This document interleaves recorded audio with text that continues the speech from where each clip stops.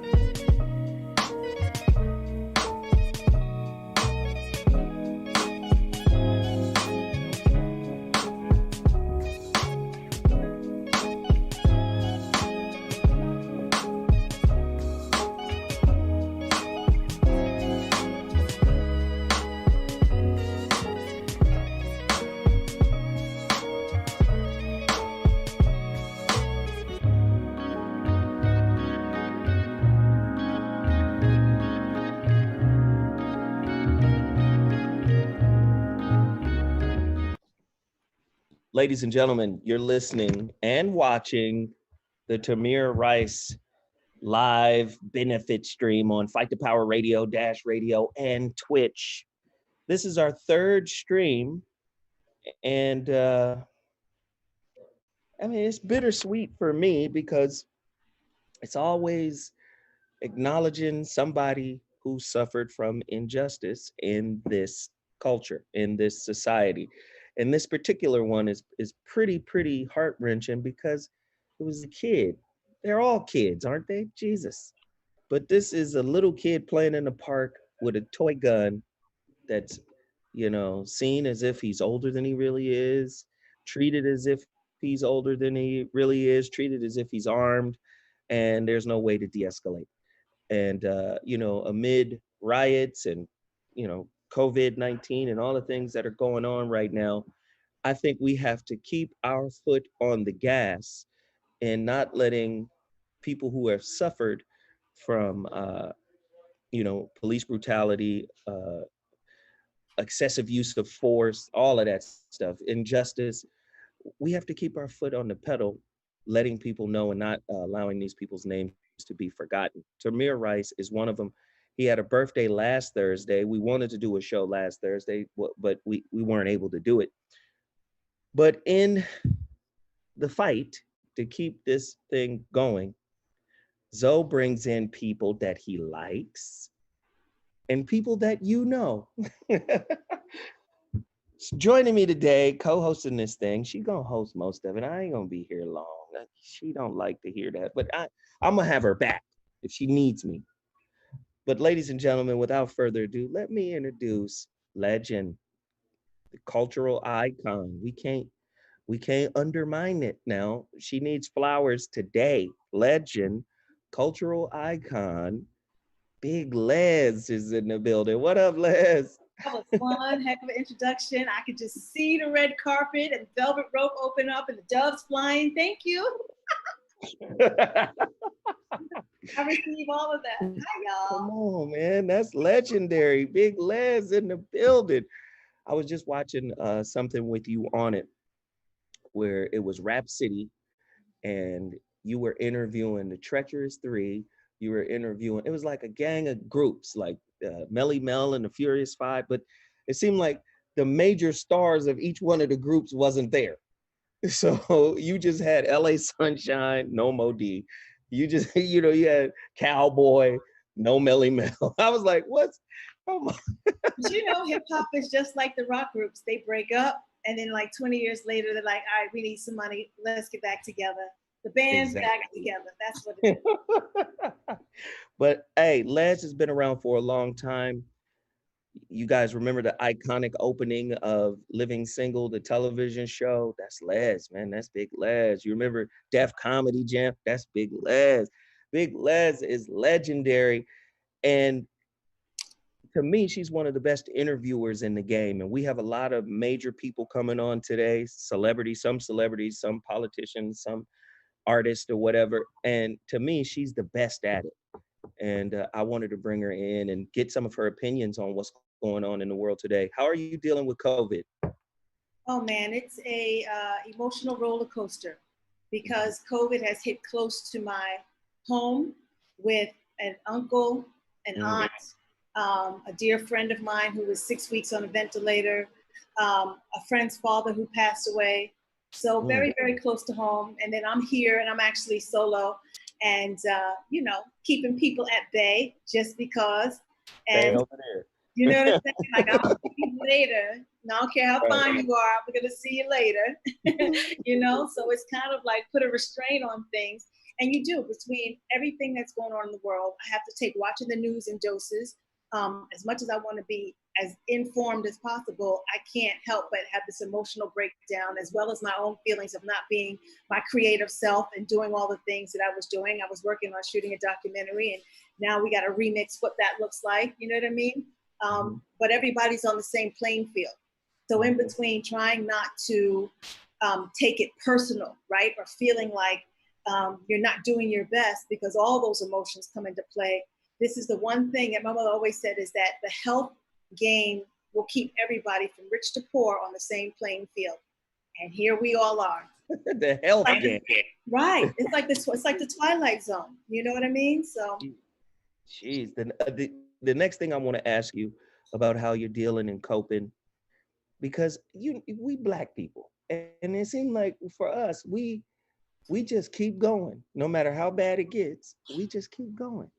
So our resilience is strong, but obviously, no matter how much we are made of stone and the water seems to run off our back, there's a couple of pores where the water seeps in, and we need some help drying it out. You know what I mean? Yeah. So I remember 92, Rodney King and the riots, and everybody was upset about Rodney getting beat the way that he got beat. And in my opinion, like, do we just grow cold? Because it seems like you would think after one horrendous death, everybody would be like, all right, that's enough. But it seems like after one, there's another and another and another. We get upset, we riot, and there's another and another and another. How in the world? Because I can't imagine waking up without my kid who was taken at 12. Right? I can't imagine living that kind of life. How do we do it? What do you think from your perspective? How do we just wake up and keep going after all of the stuff that we've been through? Man, that's one thing about Black people and people of color, is that the resilience has been long and strong. But everybody gets weary and everybody gets tired and everybody gets pushed to the limit, to the point where the clapback is going to be of an enormity. And I think we've seen it sometimes now on social media, where young Black kids are, especially in these states where you can open carry a gun, are rolling up on people with their Confederate flags, or rolling up on people. And now they're letting them know, like, no, the lynching is going to be reversed. And so that's what happens when justice doesn't get put into play, because there have been no consequences of everything from Rodney King to wherever. And we've just taken the hits. I think everybody now, on top of this COVID scenario happening, it's the final straw. So whether it's on some vigilante, whether it's on, let me take a minute and pray, and then God forgive me, let me do what needs to be done, what the government's not doing. It's a little bit of all of that, but now everybody's protecting their own. Right.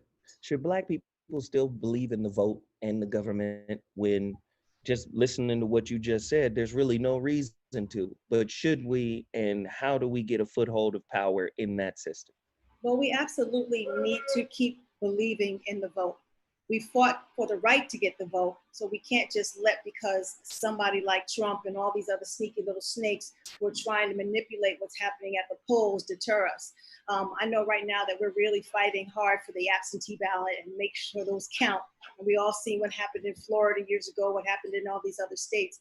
I think what needs to happen is that there are so many positions in the political office that people aren't even familiar with, like whether it's the alderman or the chancellor or, you know, the mayor of your own little city or your county, that there needs to be more Black people who are aware of these positions, more people of color aware of these positions, and knowing that they can make a difference, even if it starts at the school board, getting them in office, and then of course the trickle effect of them bringing someone in and then someone else in and someone else in. It's a shame that these diversity departments had to be formulated for us to even get into the game, or the status, the quota, or what was it? What is it called when you have to hire someone or a certain amount of people?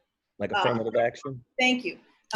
Those things even exist, right? That's a clear indication that there is racism times 1,000 that has been going on for years.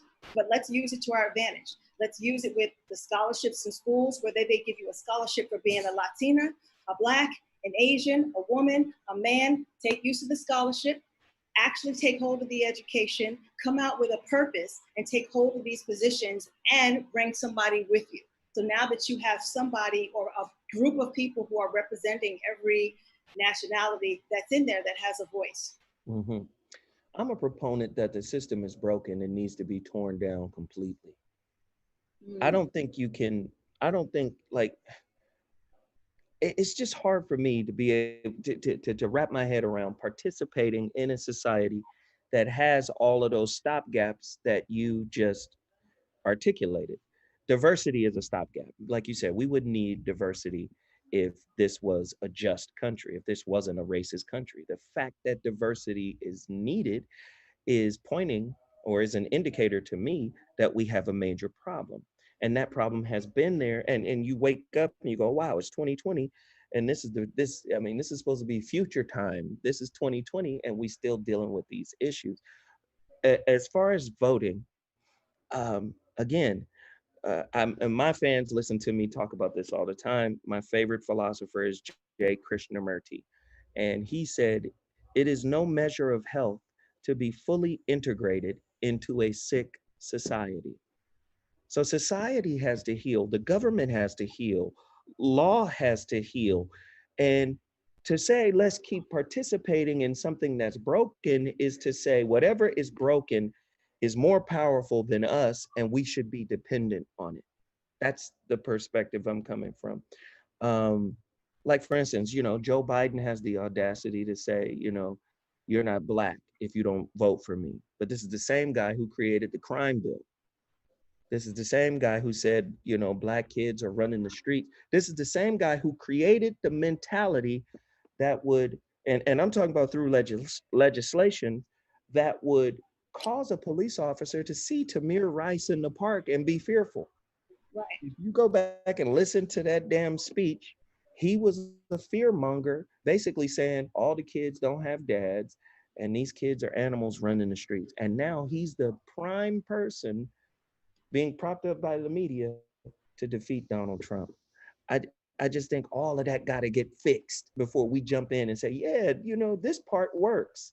I just don't think one part works and another part doesn't. I think it's all contaminated by it. What do you think? Well, I understand what you're saying in regard to everything needs to be broken down to be built up again. Mm-hmm. But with who we have in office, we can't break anything down because there's nobody there to support us on the process of building it up. If we had people in play, whether it was Obama, whether it was Kamala Harris, whoever it was, people of color in play to really help build it up, then I could say, let's dismantle it and then let's start over. But we can't really afford to do that. We kind of have to really work with what we got, because if we break it down all again, we're already a red, Republican heavy. You know, we're already that. So we're up against the wall. And unfortunately, time is not on our side. When it comes to Joe Biden, voting for him is the lesser of two evils. You know what I'm saying? You either have Satan and Lucifer, or you have like his little cousin. And so it's like, you know what I mean? So what do? You can't not let it just fall to the wayside, especially if you got to get the worst of the evil out. So you might as well vote for the less. But I think not to vote at all leaves too much to chance. And God forbid, I'm telling you now, if we spend another 4 years with the orange man in office, it's going to be Armageddon. Two things are going to happen. Three things. If there is no complete justice for Breonna Taylor, if there are no complete justice for George Floyd and all of his killers and everybody else, Ahmaud Arbery, and if Trump gets back into office, expect World War III, Armageddon, and everything else. We think this is bad. It's going to be really bad because people of color are absolutely fed up. Wow. Let me just say this. Couldn't our ultimate answer for what's wrong with our community and everything that's going on, couldn't the ultimate answer be us? Just us. Us working together, us bartering with each other, us doing business together, us building infrastructure for us. Could that be an answer as well?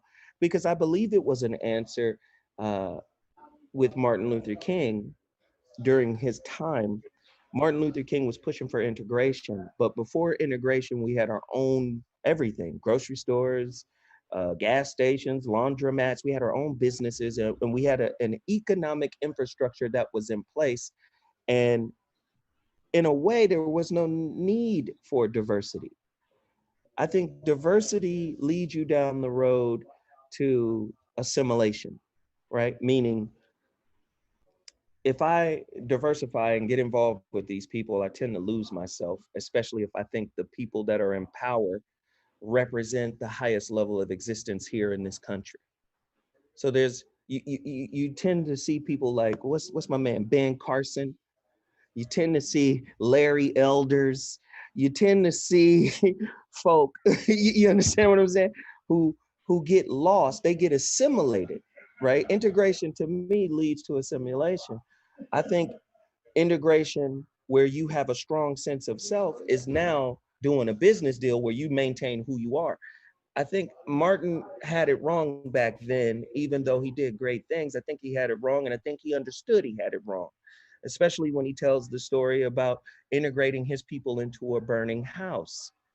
That was one of his fears. I fear that I'm integrating my people into a burning house. And now this house has burnt down to the ground. I'm going to come back to Big Les and I'm going to ask Big Les, why can't the answer just be us? The house burnt down that we were trying to integrate into. Why can't we just say, all right, let's pack up and pull together and let us be the answer? I wish I had the answer for why Blacks feel so threatened by each other or territorial by each other, because we don't see it in other cultures, whether it's Armenian culture, whether it's the Jewish culture, the Italian culture, Latino community. They all really stick and fortify and work together. The Asian community, they create, funding that they all, let's get one person shop up. All right, let's get the next person shop up. We've been saying this for a very, very long time. And I think what's happened in regard to the African community, that we're so used to not having anything that the minute we get it, we hold on so tight. We hold on so tight, we go like this because we don't want anybody to get it. And we're even afraid of our fellow man because we've seen, I guess, as history says, those from the house to the field will backstab each other. So I think there's a long term of psychological damage that has been done that kind of has met us in 2020, where people still feel like it's not safe to just kind of depend on our fellow person, right? Because they always say something. Yeah, I got a Black lawyer, or I got a Black accountant, and they stole my money. So then where are you at? Not to say that it couldn't happen with your other counterpart, but when you decide to go with your own people and then they do you wrong, it's kind of like the breakup in the guy who keeps cheating. It's like, okay, what happens Right. But I think at this point, I hope African Americans and Latinos feel the walls closing in, that they have to realize that there is nobody but us, that we have to Right. all be on the same team. What it's going to take at this point for everybody to be like, all right. I mean, we see it happening small by small. We see Magic Johnson doing stuff. We see, Netflix now giving $100 million to all the black banks and the HBCUs and all that stuff. And hopefully the right people are in those places, sitting on the boards or whatever, and bringing in and sharing and directing the money where it's supposed to go.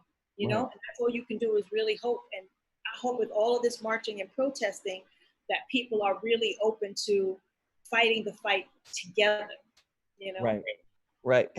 And I know you've experienced it, and I've experienced it, where something has happened in our family, in their personal families, and you feel like there's a disconnect, meaning we all got to pull together, but for some reason we all don't pull together. Okay, you know Uncle Skid needs money to be buried. You know that. And then there's silence in our own families where we all got to come together to make this thing happen, to send Uncle Skid off. Right. And I think what's happening is you amplify that on a national level, and it's like, wow, every other day, or it feels like it, every other month or so, somebody dies, and there's a little disappointment, there's a little angst, and then we all just settle back down and back to normal. We all didn't do what we were supposed to do. We all didn't come together the way we were supposed to come together. And when I look at the kid, Tamir Rice. By the way, Tamir Rice, we're promoting his foundation. His family has set up a foundation. We want everybody to support his foundation. During the breaks, you're going to see those links, and I want everybody to support Tamir Rice and his foundation. It deals with young boys from 10 to 19. It provides resources to them. I want you guys to support Tamir Rice. That's what these live streams are about. It's called www.tamirricefoundation.org. I want everybody to please support him. The reason why we do this is because we got to keep our feet or our foot on the gas.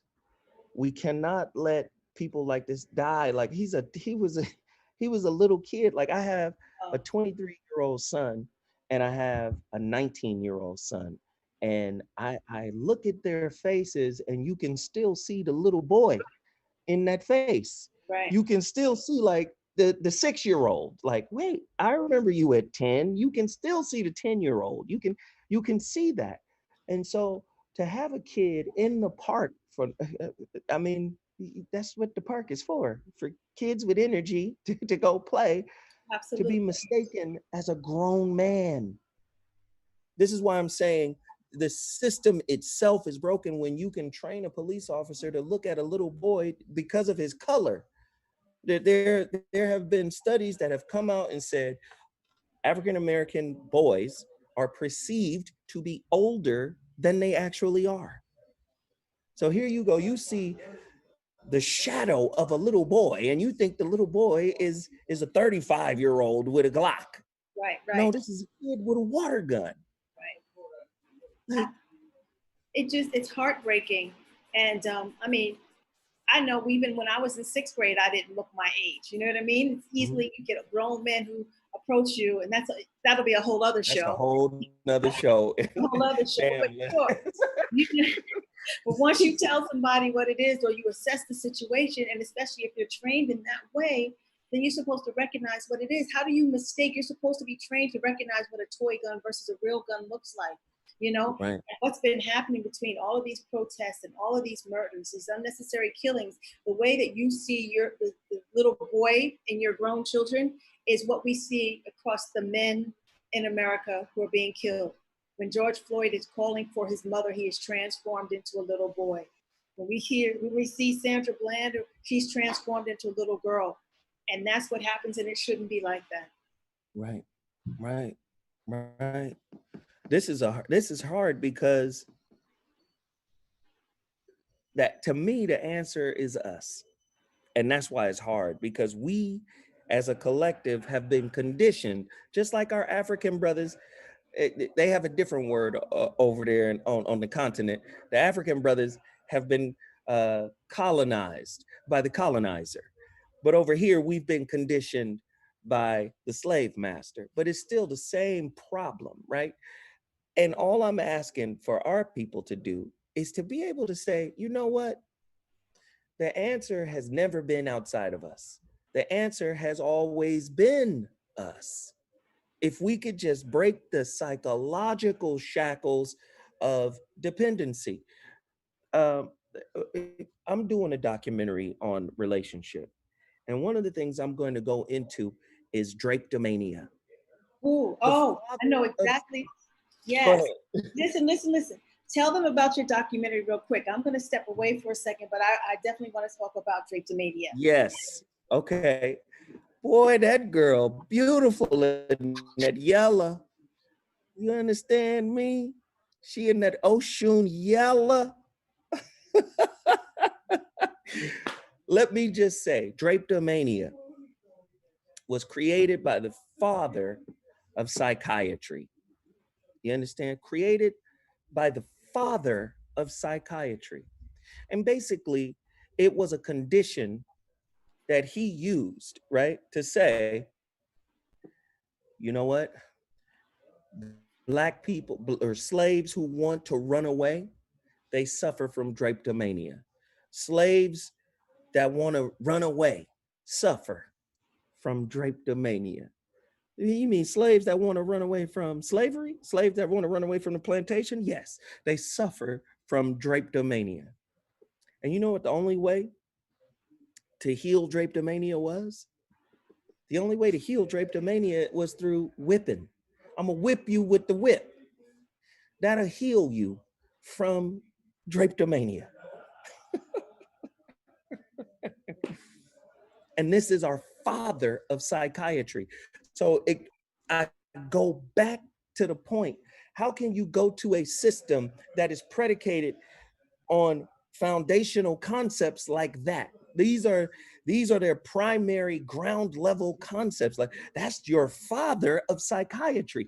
Every therapist, every psychiatrist, they have to go through the foundation he set up. And he had a justification for white barbarism in America. You mean that concept, that ideation doesn't trickle down to today? Of course it does. This is a country that has been built on the devaluation of Black people. This is a country that has never dealt with its guilt for slavery. It has never dealt with its barbarism. It's never said, you know what, damn, we lack empathy. Damn, we the shit. We're the psychopaths. Yeah. Is this is a country that suffers in that way, and until that gets fixed, the only answer for our liberation and for our elevation is us. In my opinion. In my opinion. All right. Now I was on a tangent while you were gone. Appreciate that because I can hear the education of that. Everybody knows that we're home due to COVID and this coronavirus pandemic, and I've got some workers here in my house, and so just a moment conversation with them. But I'm here. You ain't got to explain it. They listen. They love you. You ain't got to explain it. It's all good. But my 30 minutes with you is up for right now. So you gonna take over, and if you need help, I'm gonna jump in. Well, I appreciate it, but I did want to talk to you if we still had a couple of moments, and I don't know if I missed it, the whole drapetomania scenario and how it fits into your project. Yeah, give it to me. Talk to me. I mean, for those people, I got my eyes on, looking like Mrs. Magoo. Alfred, what up? Oh my gosh. But really, that term of mental illness that was, derived back in 1800s, 1850 something or other, saying that people Blacks who were trying to escape captivity were mentally ill, that anybody who doesn't want captivity is crazy. I don't even understand, but we all know that was kind of dismissed and the whole bit. But what made you all of a sudden wake up one day and say, this is the topic that I want to bring to light.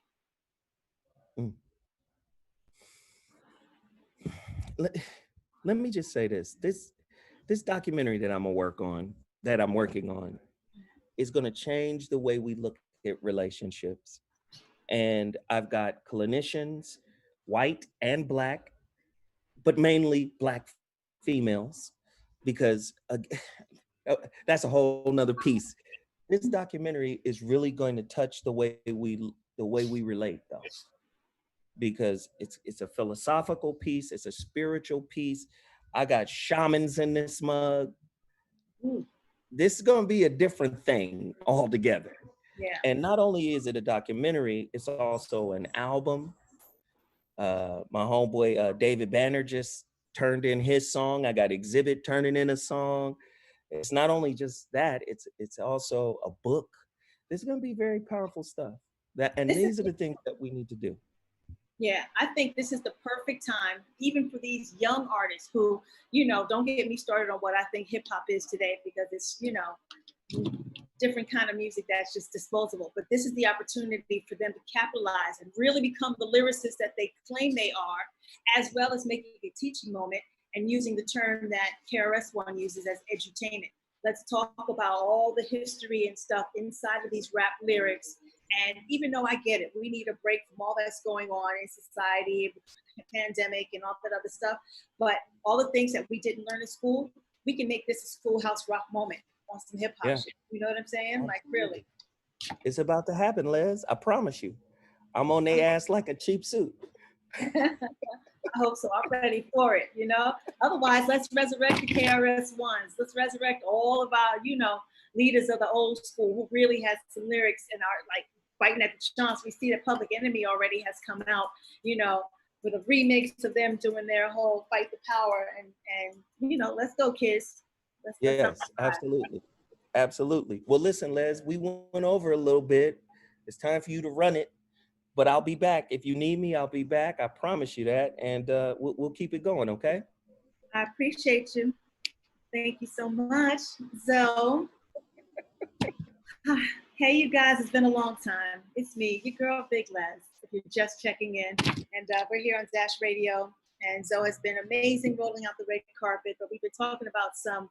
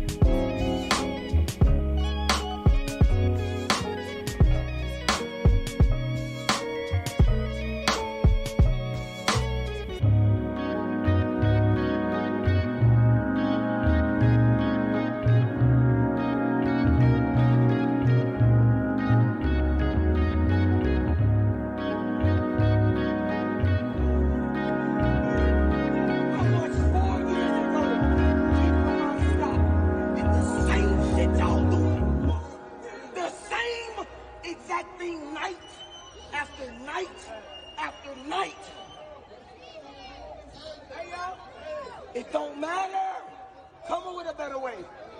You understand me? You keep yourself safe. Hello, my people. My name is I. I'm here with Callisto. We are It's I. Thank you for tuning in. Before we get into this, please feel free to take 1 or 2 or 3 deep breaths into your gut. We're going to tune into the mind, body, soul, and spirit. But also, we are here to change the fabric of society because we need systematic changes. We are here because of those who have gone through injustice. We need the justice system to serve its purpose. I've been affected by police brutality as well. In this video, I was recording a protest. I was almost run over by a SWAT truck who ran a red light. I was walking on a green light to get to my friends. They have no care for who we are, no awareness, no emotional intelligence in comparison to the revolution. It's sad. And we are all angry and want changes to happen. We want to see the promised land. In the meantime, we will continue to stay mindful and stay creative with our voices, showing the people that we know the order, that we know the way. This first track we're performing is called Ego. We hope you enjoy. Smoke weed.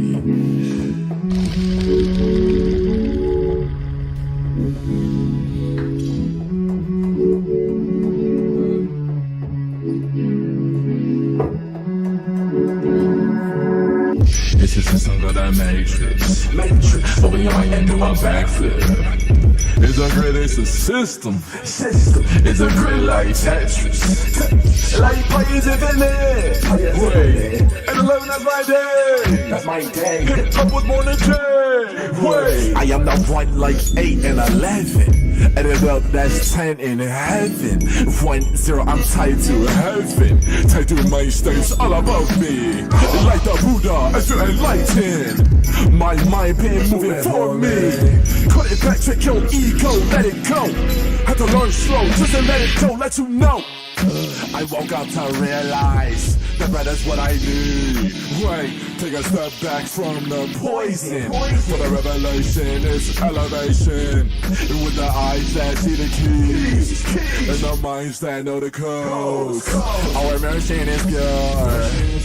We decipher all the cures. It's a system called the Matrix. Over your mind, do a backflip.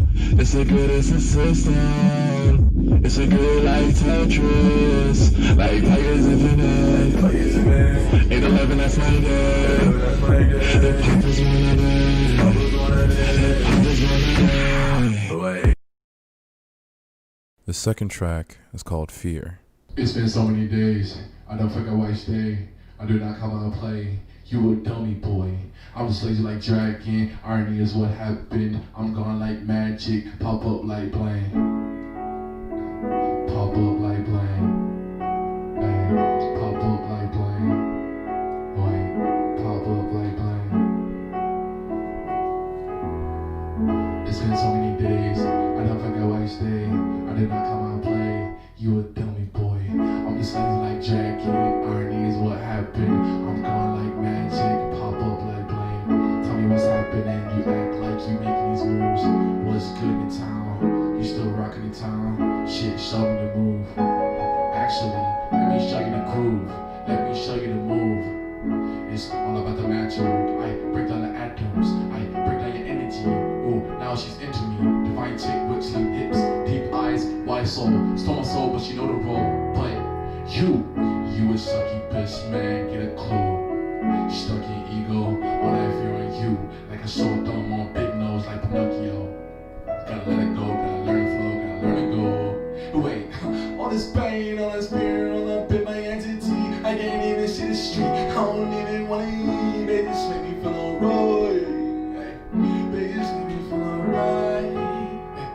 All this pain, all this fear, all that bit my entity. I can't even see the street, I don't even wanna eat. They just make me feel alright. They just make me feel alright. You just run away. All I taste is pain.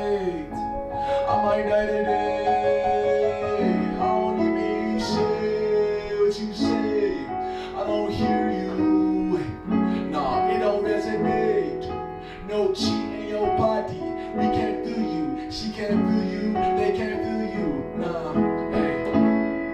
What's wrong? You're not tall. I didn't talk Napoleon. I went to war with my mind in my body. Now I saw my big nine.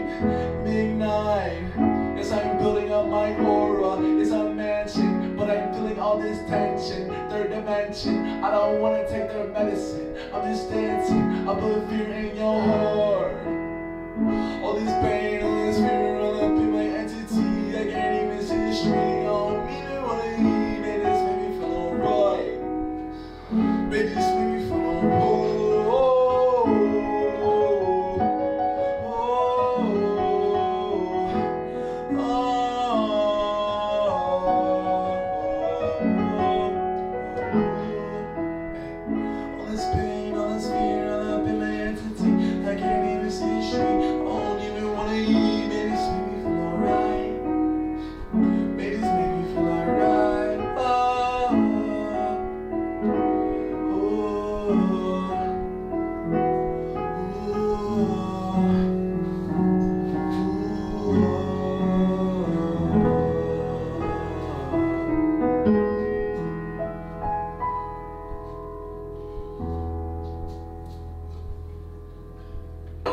Our last track is called Impress Me, featuring B Shootin' and MC Freeman on the outro.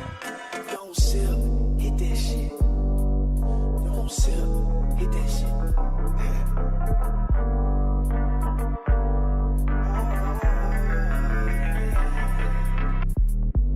No self, be godless. Be godless. I guess. Kick it. Lately, everything crazy, everything seems just a little off, yeah. Just a little off, yeah. Okay, I'm thinking now, I done lived a million lives, like once or twice, like who am I 0 to 9. A social suicide, don't let me die on the internet. If I'm correct, the other day my mind saw Frankenstein, I broke a sweat. Then the blind man wrote a check for every homeless man make sketch. That moment inspired Pi to a new beginning. Spell that with 11, seeing that to his knowledge that has no ending. The one who thinks versus the one who blinks. The ing, the I am me, surrender, elevate, free the king. Oh, what a memory. Gotta feel it. Everything crazy, everything seems just a little off, yeah. Just a little off, yeah. When I first met you were the one to rise me up. Like the sun goes round to see all of us muscle up. Like darkness in space, abyss in your eyes. You were the one to tie the tie, try to twist. You were the one to know me before I knew I know. That might sound crazy, but baby, don't leave me, cause I might go manic if you leave me today. Because things are kinda crazy. Cause lately everything crazy. Everything seems just a little off. I elevate, but it feels off. Stuck in ego, but to get off. I'm lost now, so where do I go? They want me, they come for my soul. Can't have it, it's covered in gold. The influence is growing old. Yes, do you know about the parasite? It might live inside of you. Control your every single move. Take your mood and attitude. Do what I can, take hold of it. Learn my body, observing it. They want to start, I'm fighting back. In the ring, I'm swinging back.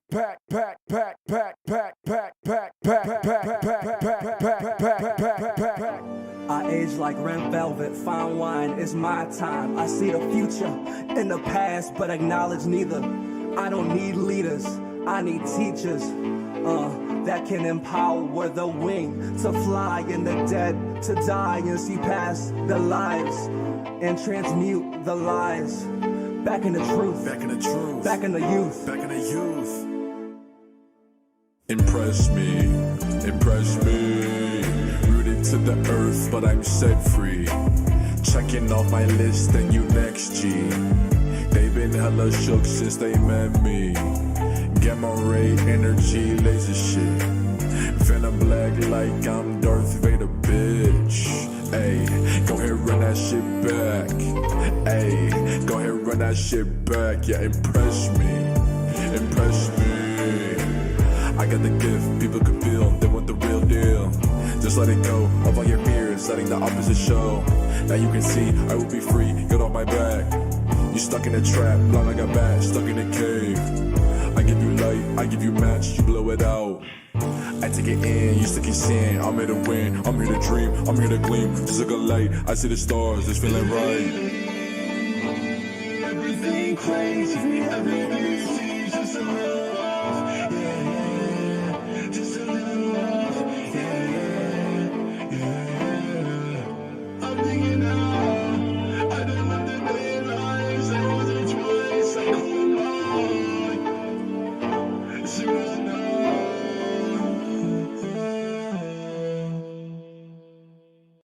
Thank you so much for tuning in. Remember, stay mindful, stay grateful, stay positive, stay focused.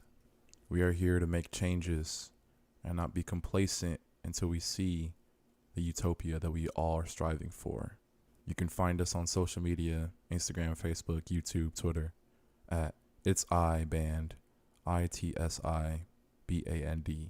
And last thing, if you feel inclined to donate, our Cash App is $It's I Band, or our PayPal is info@itsi.life. Thank you.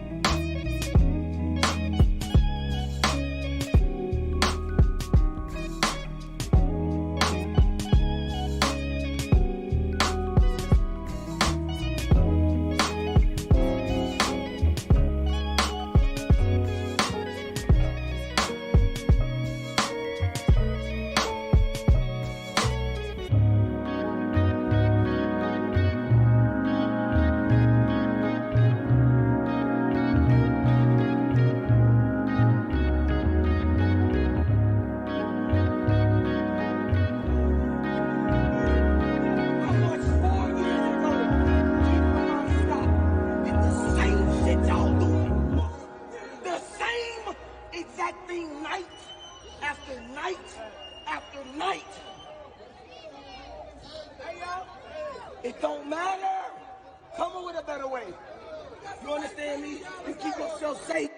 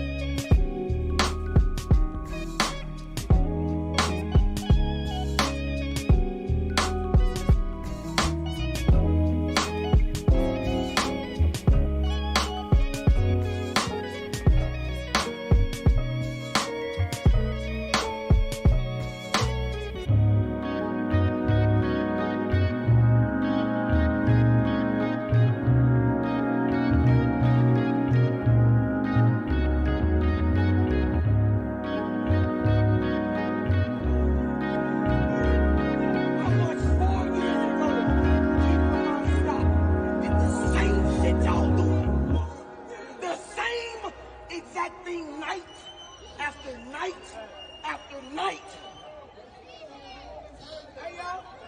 It don't matter. Come up with a better way. You understand me? You keep yourself safe.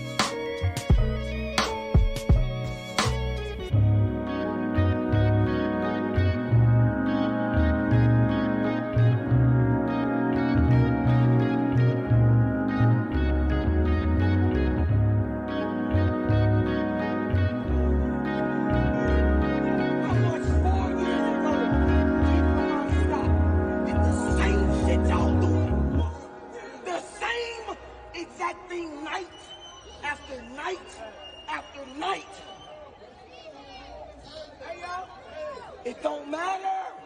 Come up with a better way. You understand me? You keep yourself safe.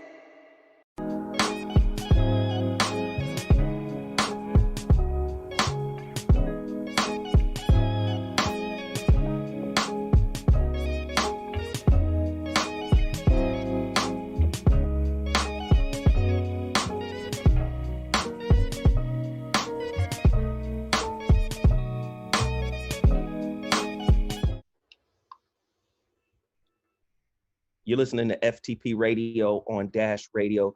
Today's live stream, of course, is in recognition and commemoration of a good young man that didn't get a chance to, reach his full potential, Tamir Rice. This is a partnership between Dash Radio, Twitch, and of course myself, FTP Radio, Fight the Power Radio, or For the People Radio, or what NWA and them said. Listen, right. It's however you feeling. We not promoting nothing negative, I guess. But this broadcast is also broadcasting live on Dash Radio's FTP Radio, as well as Voice of Reason Radio. If you have the Dash Radio app, you can download it and listen to it right now. My guest host, the host, I'm not supposed to be, but the host of today's live stream, of course, is Big Les, legendary dancer, choreographer, just radio personality, in my opinion, one of the best interviewers in the game. She's here now with us, and we're waiting for our friend, Michael Collier. Absolutely. Him to show up, because even in these dark times, he can help, put a little splash, a little sunshine, and kind of take us away, but then, of course, bring us back to some reality. As you can hear, building a house in the back. It's okay. We quarantined. Anything could be happening in quarantine. Animals could be bouncing around the room. It's so funny watching the news now. People with their kids coming in, naked people running behind them and stuff. It's hilarious. People zooming from home. So let me ask you, how do you avoid the media, because it's hard for me to accept or believe anything. Maybe I'm a conspiracy theorist, I don't know, but it's hard for me to accept or believe anything that the media is saying. I think it's kind of like with movies. Like whenever you see a really scientific movie, whatever it may be, that's like projecting to the year 2029 or whatever, you have to know that it's already been in existence, right? That they've already been in the lab, in the White House, in the government, working on it, doing it. It's a real thing. They just haven't chosen to tell us about it. You know, and the news only lets you know what they want you to know, right? They sensationalize certain things. They'll hide all the other things, which is why now when we're watching, you know, the things they can't avoid that's caught on video, all these other instances and deaths and murders and stuff start to come out. The one from 2014 that no one heard about. The one from 2017, no one heard about. And now we're starting to see it with this whole social media thing, which social media has been a gift and a curse, right? It's got us all connected. It's got us having more information and really feeling tapped into the person in Utah and the other person in Seattle and the person in Copenhagen. One thing if there was ever a silver lining in all of this that's happened with the protests, is seeing how universally, globally, people have supported what was going on in regard to ending racism. The people in Paris, the people in London, you know, seeing those people come together in support of fighting the good fight was really the utopia I think we all kind of hope for, you know? Right. But at the same time, I also question even that, because how do you just wake up one day and you down with the cause? See, that's crazy. You wasn't down with the cause in the beginning. How are you down with the cause this evening? I need to know. Don't just to me, a lot of stuff is propaganda. And this goes back to the point that I made earlier today. Are you gonna work with each other? How come we aren't our own answer? You get people talking about we can start our own sports, you know, stuff like we had back in the day with the Negro Leagues. I believe we could do it. I just believe it's a Herculean task to do it. And you got to have the right kind of people involved. I don't think Black people, the way they are today, can work together. I think we have to have a psychological revolution too.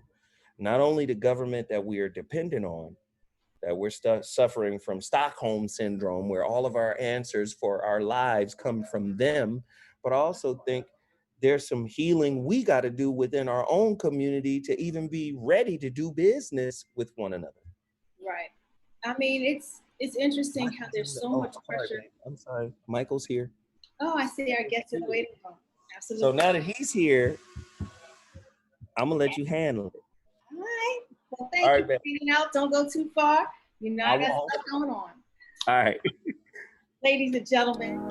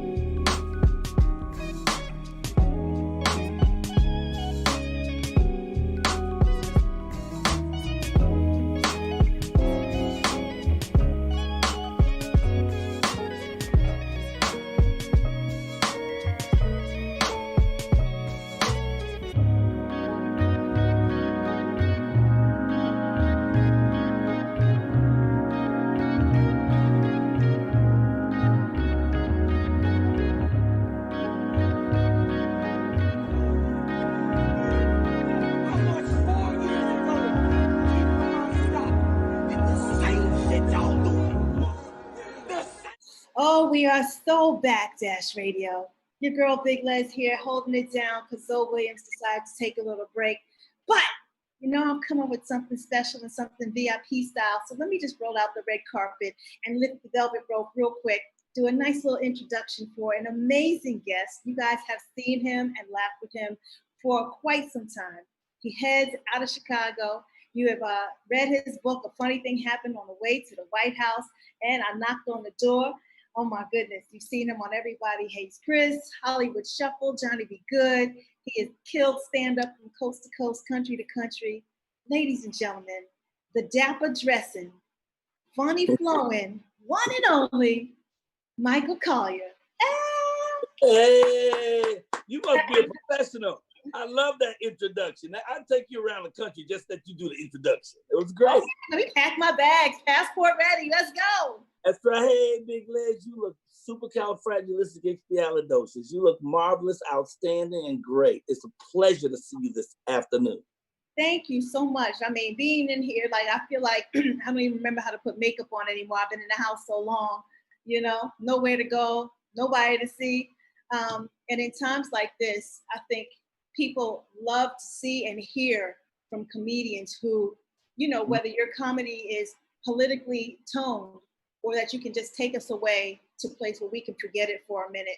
What has been your vibe these days and what you've been seeing and feeling and all of that? Well, first of all, you know, I don't feel closed in or quarantined or any of that. I'm in my house and I feel like I've made my home my world, man. I'm doing all the stuff I want to do, but I'm doing it in the house. So I've set up a studio in my house. I just got a couple of cheap lights and put them in a room, you know. I'm performing in 3 different rooms in this house. I'm performing every day, you know. So I every morning I do a 1-hour show from 7 until 8 called the Michael Collier Morning Show. And I'm connecting with the entire world. I mean, people are coming in from Iran, people coming in from Nigeria, from South Africa, from England, Australia, and from LA and Chicago and New York. And we getting up and we talking and we praying and we telling jokes and we playing good music every morning for an hour just to kick our day off, you know, because things usually end the way they begin. So I want everybody's day to start with light, energy, and joy. I believe that more people are damaged by the stress and the fear of this time than the actual virus itself. And so I'm here to sort of like alleviate that stress, to remind people it's all good because it's all God, you know. So what I found that we should be doing is finding the magic and the light in this dark arena. You know what I'm saying? Figure out how do you not just have fun with it, but how do you monetize being locked in your own house? You know, am I on house arrest, or am I taking the opportunity to rest so I can get up and get more power and juice and keep on coming to people? So I love my morning show. I get to do it every morning. I get to meet people. One brother from Nigeria wrote a theme song for us. I mean, his music is so awesome. His name is Moonlight Africa, and he spells Afriqa. Moonlight Africa. That's why I love Black people, because Black people spell their name any way they want to. I know. And that Q is always in there. Shaniqua. Yes. And he's such a beautiful man in every way. 20-year-old. You look at him, you see the young Bob Marley. You see the next coming in musical greatness. This guy is off the chain, but we get people like that all the time. We got a security guard, Calvin. His name is Calvin Kane. Big old fat dude. He comes on and he tells us, well, you know, Mr. Collier, what I'd like to do is own my donut shop. I want my own donut shop called Secure the Bag, you know, because he's security guard and a bag of donuts. Secure the bag. Well, we have another woman on who's a regular named Rosa May. Rosa May drew the artwork for his donut company. She came back and drew a picture. Hold up, let me see. I might be able to pull that up for you. She drew a picture of a fat security guard holding a bag of donuts, and the donut that he bit into makes the letter D. Let me see if I can find Rosa May. Makes the letter D, and then the word donuts come from that. He's got a big old bag of donuts to say fresh. You know, he came on one morning and we did vision boards. We just said, everybody pull out their vision boards. He came and showed us a vision board and showed us, this is how I'm gonna get my company together called Secure the Bag. I'm gonna get me a business plan. I'm gonna figure out a place to do it at. And every day he's on security. I said, I don't know what the heck he's securing, because he ain't never on his job. He always on the device with us. Oh, if I could find this, this would be so. Our people are becoming real creative when you're forced to stay inside. So we're gonna see a whole lot of all kinds of shenanigans and all kinds of really good stuff coming out of this quarantine. But while you're looking, no, hold on. I know wow you. I got it right now. Oh. Let me see where your camera is. Can you see that? I can't see it. So, Secure the Bag donuts. But it began from the security guard who comes on every morning and knows that we're family. We're connected. We're creating community each morning. So instead of us laying around licking our wounds, oh, we got this virus is a man-made plague. How do we fight the man? We ain't doing none of that. We're fighting the virus. We know that you beat this virus through building your immune system. So every day we're talking about drinking ginger root tea. I drink so much ginger root tea. The other day, I peed ginger ale. We talking about ginger root tea, drinking fresh spring water, taking echinacea and golden seal, black seed oil, vitamin C. A lot of people ain't getting out their house and getting that sun, so you need vitamin D. And so we're talking about immune system every morning, building your immune system, staying prayed up, and so we're building, but also reaching out to each other around the world and saying, how can we help you imagine your dream? How can we make you help you actualize the dream that you're imagining? This guy, we're watching him put it together. I don't want to talk you to death, but y'all call me. So let me tell you one more thing. The guy Moonlight Africa, 20-year-old black kid singing in Nigeria, came on one day. I brought him on. The guy went crazy. Michael Collier, I love comedy. In Africa, I only watch African comedians. But one day I saw a guy named Martin something. I said, Martin Lawrence? Yeah, Martin Lawrence. And it made me want to look at American comedians. And I saw you, and I love you, and I watch you every night on YouTube. Can I do something for you? So I said, cool. He pulled out his guitar and sang an impromptu song about how Michael Collier breaks up his funny bone every night. He goes to sleep laughing. He wakes up laughing. I can't believe I met him. The song and his voice was so beautiful. I got teared up. I went and got my queen. I woke her up, brought her down, and we played it again. We sitting here teared up. He's a regular. Every week, he'll play something. So one day, he's supposed to come on Friday and play. Friday morning, he said, Mr. Collier, I am so sorry. I dropped my guitar. I can't play for you today. It's broken. I said, wow, how much it costs to fix it? He said, it's broken, too bad to fix. I have to get a new one. I said, well, where'd you drop it from? The roof of your house? He said, no, Mr. Collier, but it's broken, so I will get another one. I said, well, what does it cost for a guitar? Guitar could be $100 or $40,000. He said, I could probably get a good guitar for $125. I said, okay, I'm gonna give you $100 on your guitar. Before I finished saying that, another woman on the feed came in and said, and I'm gonna give you the other 25. As soon as she said that, a third brother came in and said, look, I'm gonna give you another 50 in case you drop it again. He went back and came back with an awesome guitar and created a new piece of music with our names in it. All we doing is we're connecting, we're creating community, and we ain't even leaving our house. That's what I'm doing. I love it. So let me ask you, because even Zoe and I were talking about now that hip hop artists are, the younger generation of hip hop artists that are out now are experiencing a whole different type of revolution, right? Where they went from having these lyrics that were just frivolous to now having an opportunity to do edutainment. So has your agenda in your comedy changed, where now if you were just really all jokey, that you're really incorporating more of what's happening with the protest or some Black history? And at what point is a joke too soon? A joke is too soon if the timing is guaranteed to hurt someone. A joke really is not a joke if it's designed to hurt you. I talk about Calvin, the security guard. He a big dude. And we had Calvin stand up so we could see, because he calls us, he's sitting behind his desk, security guard, and he wants to do a donut shop about a fat security guard. So we say, well, stand up, we want to see you. And he stands up, the boy big. I mean, he putting some pressure on that chair. And I told him, man, you put some pressure on that suit. Them buttons on there, very dangerous. Could pop off and kill somebody. So I'm joking with him about his size, but not in a way that makes him feel bad about himself. If I'm gonna make him feel bad about himself, I have failed. You know, if you're joking about the death of George Floyd, then that's not funny.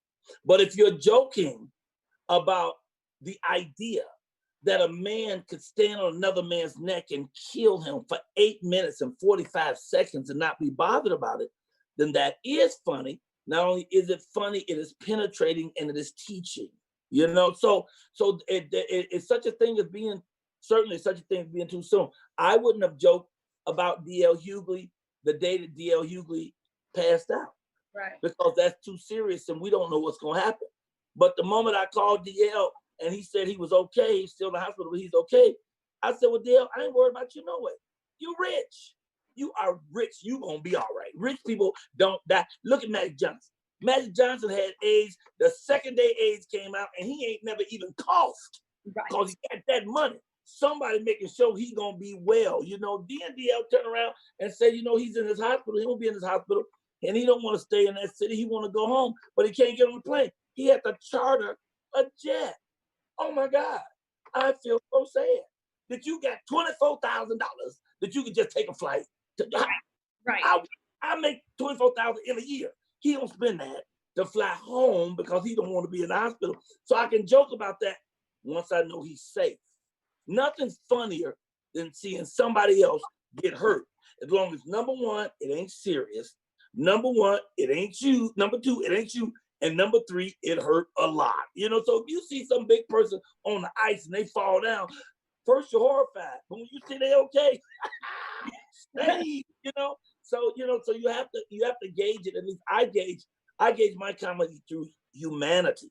So this is not a big flip for me to talk to people about how to heal and how to lift each other up and how to make the best of these times.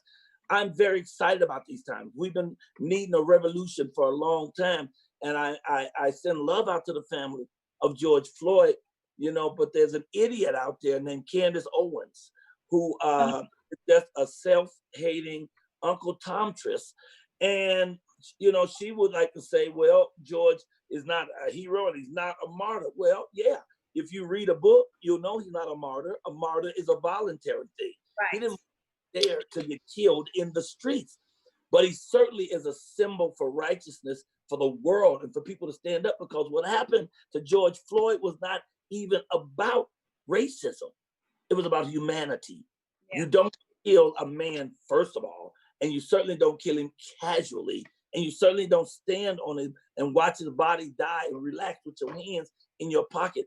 It was such an assault on mankind and humankind that folks of every hue, every race, every color, not just around the country, but around the world stood up and said, no, we ain't having that, and are marching alongside Black men and women. White folks are holding the signs up, Black Lives Matter. White folks are in the mix, man, and ready to fight. I just watched this big fat Uncle Tom brother get out of his truck the other day and walk down the fence, tearing down Black Lives Matter sign. I'm tired of this. I live a block away and I'm tired of this. And two white dudes ran up and beat the hell out of him. They said, it's our neighborhood too. Touch another sign. His family gonna get out the truck. We'll whoop your family too. Get your big butt in that truck. So what he did, what happened to George illuminated something that's been happening to us forever. And the whole world woke up at the same time and said, wait a minute, this cannot happen on our watch. And so it created a revolution like I haven't seen since the 60s. And I mean, I know in the 80s when they burnt up LA, that was pretty rough. You know, that was people trying to stand up, but not for me in the right way. You don't stand up in the right way when you destroy your own community. That's not cool. You're so mad at me that you're gonna tear up your stuff. That's right. Crazy to me. That's the one thing that I'm disturbed about is when we have these protests and these uprisings, is that instead of, especially when it comes down to a case not going in the way of justice, of having these police officers arrested and sent to prison, Tear down, I'd rather you tear down the courthouse, find out where they live, whoever got off, but not our community, you know? Let me just go back a little bit. And for those people who are just checking in, welcome again to Dash Radio, FTP Radio. And as Zoe says, Fight the Power Radio is for the people radio, or it's F the Police Radio. But I'm here, okay, with special guest Michael Collier, comedian, author, actor, activist, Chicago fly guy. Model. Model. You know, here you go. Glasses. This is David Ford. We don't have to go to Versace to get top of the line glasses anymore. We can keep the money in our community. David Ford, go to David Ford Eyewear on Instagram and see what I'm talking about. Fly. I'm sorry, go ahead. Well, let me ask you, because even Zoe and I were talking about how do we finally get African Americans and people of color to keep the money in their community? Like, we've seen it again with other nationalities and stuff, but we can't seem to go ahead and do it for ourselves. Why do you think that is, and what do you think needs to happen for that to come about? There's two layers of that. First of all, we need to get more Black people to own things that we can buy from them. You know, I watched Killer Mike on his show, on his Netflix show. On his first Netflix show, he said he was going to spend 3 days only buying Black. Right. But the problem was he couldn't find nothing that was Black. He couldn't drive a car because don't know Black people make cars. He had to ride a bike, okay, or he had to walk. And he a big bruiser himself, a double meat eater. He couldn't buy food anyway. He go in a soul food restaurant, but the food wasn't owned by Black people, so he couldn't eat in there. He went to a Muslim restaurant and a store and he bought some food, but he bought it in a can. Couldn't open it because he couldn't buy a can opener. Don't know Black people make a can opener. He couldn't stay in a hotel, although he's a millionaire. Don't know Black people own the hotel, so he had to sleep on a park bench. So one part of things is we have to build more institutions of our own. You know, I keep wondering, where are all the wealthy Black people? There's tons of wealthy Black people. We always see wealthy white folks come together and create organizations. How come the wealthy Black people don't come together and say, hey, let's rebuild cities. Let's rebuild just a block. Right. Let's do a block. Let's get the Oprahs and LeBron. LeBron's doing a lot too to help. But folks like that, let's get together and pick one block in a major city and let's build that block with door-to-door shops that's only Black. You know, so a Black bakery, a Black laundry, a Black jeweler. Let's do that one block at a time and build a block and watch it expand into Black cities again. Because we ain't going for white folk coming and tearing up our cities no more. We ain't doing it. Absolutely. You show that, we ready for you because we got guns too. You know, that's one layer. Then the next layer is you have to have the consciousness to actually make the decision that you're going to buy Black. I'm not buying Versace glasses when I know that David Ford has eyewear. You know, I ain't gonna do it. And it's not just, he don't just have sunglasses, he have regular eyeglasses. What are you talking about? So I'm going to buy Black. I'm going to eat at soul food restaurants, or I'm gonna cook it myself. Now, I'm not gonna go so deep as to go into the store and say, where's this made in the Black farm. I can't do that because I don't have enough places to choose from. But I'm gonna come and buy the food from a Black grocery store if I can. Yeah. If not, look on labels and see if Black people are making it. So we have to actively do it. That's all. Yeah, I'm going to ask for Zoe to come in for a second because I'm going to step out. But in the meantime, Michael, I want you to kind of tell people what you're working on and what has changed about the project that maybe you had in your brain in 2019, and with all that's happening between Corona and this pandemic and the protests, now how you're reformatting it and what it's going to look like going forward. Okay. I'll be right back.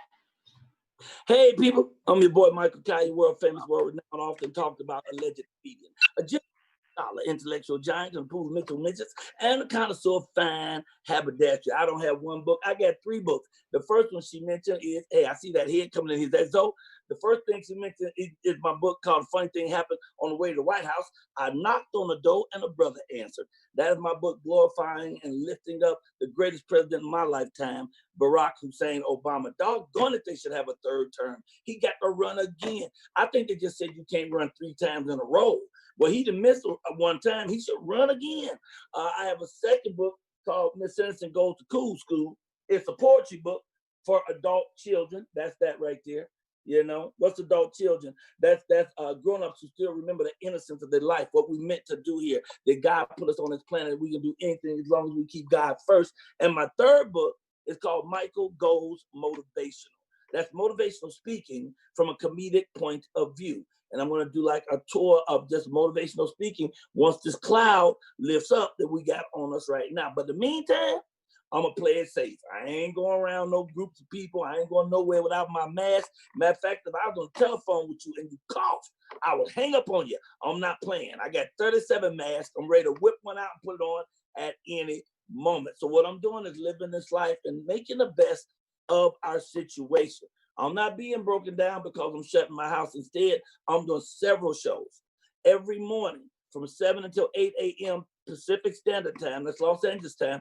I do the Michael Collier morning show right here in my den, which I turned into an office. Okay. Every Wednesday, my real office, which is upstairs, I hold a 1 hour interview show called Superstar Interviews. Last night, we doubled up. The first one we had with a gentleman named Rizza Islam. Hey, now, it's Rizza Islam. Look him up. He's a cold brother, 30-year-old. If there was no Farrakhan, it would have been Rizza Islam. And then also I had a second show last night, a twofer, a 1 hour with Russell Simmons, who tuned in all the way from Bali to talk to us about how we can handle some issues that we're dealing with. And a lot of it deals with our own health, our own meditation, our own getting in touch with ourselves. So every Wednesday night, 6 p.m. Pacific Standard Time, I do superstar interviews. And then every Thursday, 11:30 in the morning, I do something for the kids. I read books to the children. So I'll read 2 books. I'll do a poem from Shel Silverstein. I break out puppets. And why am I doing that? Because the children are hearing all this. Y'all don't think they feeling this stress? They hear the news on all the time about people dying, this disease and this virus. They hear the racial strife going on. They hear the angst between whites and blacks. We need to be calming our children down and reminding them, mama and daddy gonna be all right. Y'all gonna be all right, because we're gonna always be here. We're gonna look out for you and we're gonna protect you. So that's what I'm doing to fill the time. In between, I'm getting my money. I'll do a Zoom party. If you want to do a Zoom party, you send me, put my money in the Cash App. I set up my camera in my living room. And then when it's my turn to come on, I come around the corner from my dining room into the living room. I got on my jacket, my tie, my shirt. I ain't got on no pants. I'm butt naked from the waist down. Y'all don't know. I'm only showing you from the waist up. I do 15, 20 minutes of comedy, cut the TV off, go back and watch some Law and Order, you know? So what I'm doing is making the best of what I have. That's what I'm doing. Oh. He's in. He's in.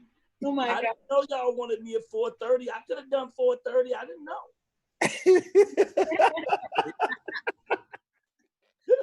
So what are your feelings on voting now going forward? What do you think is going to happen? Do you feel like chaos with these absentee votes and polling are going to happen? Do you feel like our people are going to show up at the polls? What do you think?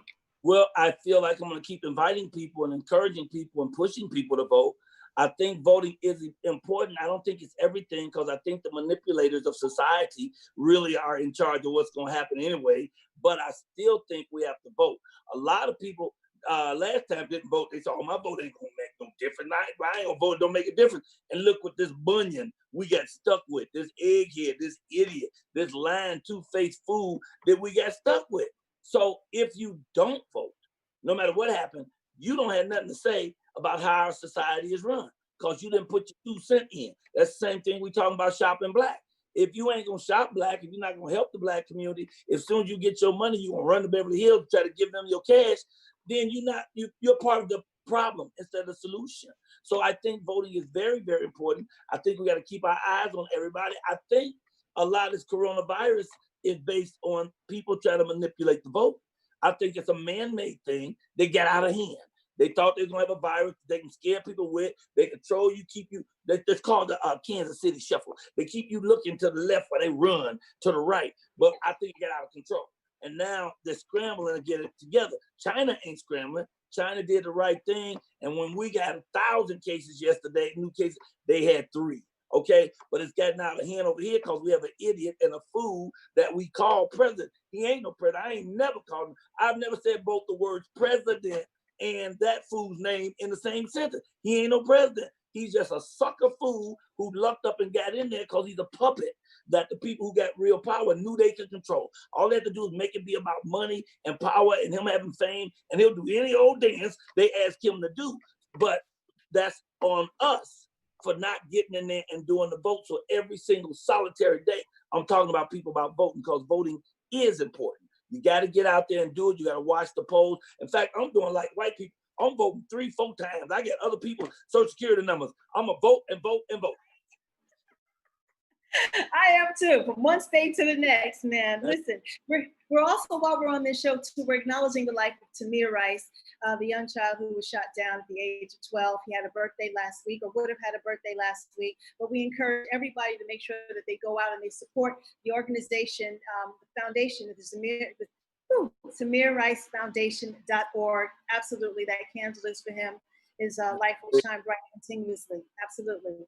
Absolutely. And what a beautiful kid. You know, I mean, it is hunting season on Black men. It's been that way for years and years and years and years in our society. Poor white folks, they're so scared and so confused that maybe one day we'll wake up to what they've been doing to us for 400 years and do something in return. That now they're doing everything they can to try to crush us and keep their foots on our necks. And they don't even care. It's even kids. And this ain't new. You know, I watched a thing the other day where in some state they killed this little boy, and this was 30 years ago, 40 years ago, but he was 14. And he's a little Black kid who the police set up and lied on him and claimed that that he killed 2 little white kids. And just because they died in his neighborhood, and that was the first Black kid they could find. So I watched pictures yesterday of him in the electric chair, 14 years old. They wouldn't let his parents be involved in it. They wouldn't let the parents come in the courtroom, and the case lasted 2 hours. The trial lasted 2 hours. In 10 minutes, they found the death penalty for him and electrocuted the kid, a 14-year-old kid, and then ran his parents out of town. This kind of ignorance has been going on forever. And I have to say, thank God for what's going on now, because people are finally saying, well, maybe them Black folks weren't exaggerating. Maybe this was happening for real. And people are standing up. The right-minded people aren't about power. And the right-minded people are standing up and saying, we're going to do the right thing and we're going to fight for what is right. Yeah. The scar tissue is really thick. And the PTSD from all of this that's going on is going to be something like we've never seen before. As a Black man in America, what has always been your thoughts on racism? And how do you feel now when the cops are in your perimeter? You have a different kind of fear, because I'm sure you were raised, you know, whether it's through the 60s, 70s, 80s, and taught one way, and now you've seen it escalate and elevate in a whole other way. Well, see, for me, though, this ain't new to me. You know, I've been seeing this my entire life. One of my oldest brothers, Yolan, was a Black Panther, and we were always aware of what goes on in our community. We was always aware that the police and Black folks are always clashing, because so many people have infiltrated the police who aren't there to be good people. They're there because that's the most power they'll ever have in their lives. And they found that to be a way that they can have power over Black people and get away with it. So, I mean, as young as at high school, I've had the police beat me up when I'm walking down the street for no reason except I was Black and I took off running. And running from the police is not a sign of guilt. Running from the police is a sign of fear. You know, I worry about the police. When I see the police behind me, I start worrying about stuff I did in 6th grade, because there is no such thing as officer friendly anymore. When I was raised, there was officer friendly. He'd come on TV and talk to you. He'd come to the school and bring coloring books. Oh, you wanted to be the police. Now I'm terrified of the people whose job it is to protect me. So that's forever though. So I've always sort of known about it. So I've always kept an eye out. And when I see the police coming, the first thing I make sure I do is don't panic. You know, you don't want to panic. You know, I'm going to have a very intelligent, sharp, motivational speaking brother named Willie Moore Jr. come on my show in a few weeks. Willie Moore Jr. is off the chain. But what impressed me is I saw one of his videos where he had his 2 teenage sons, and he was explaining to them, what do you do when the police come?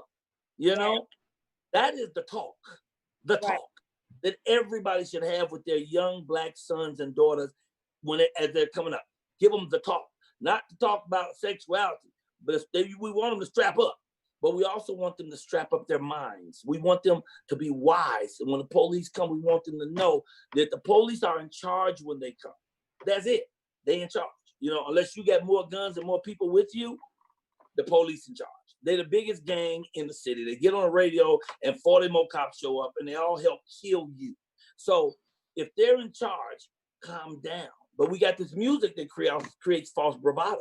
This music called rap, which I love, but there's rap that makes you say, get in the face, F the police. So now youngsters hear this over and over. They see the police come, they want to throw their chests up. Well, I know my rights. Well, it's good to be right. Leslie, it's good to be right, but ain't no sense of being dead right. Absolutely. You know? Yeah, right.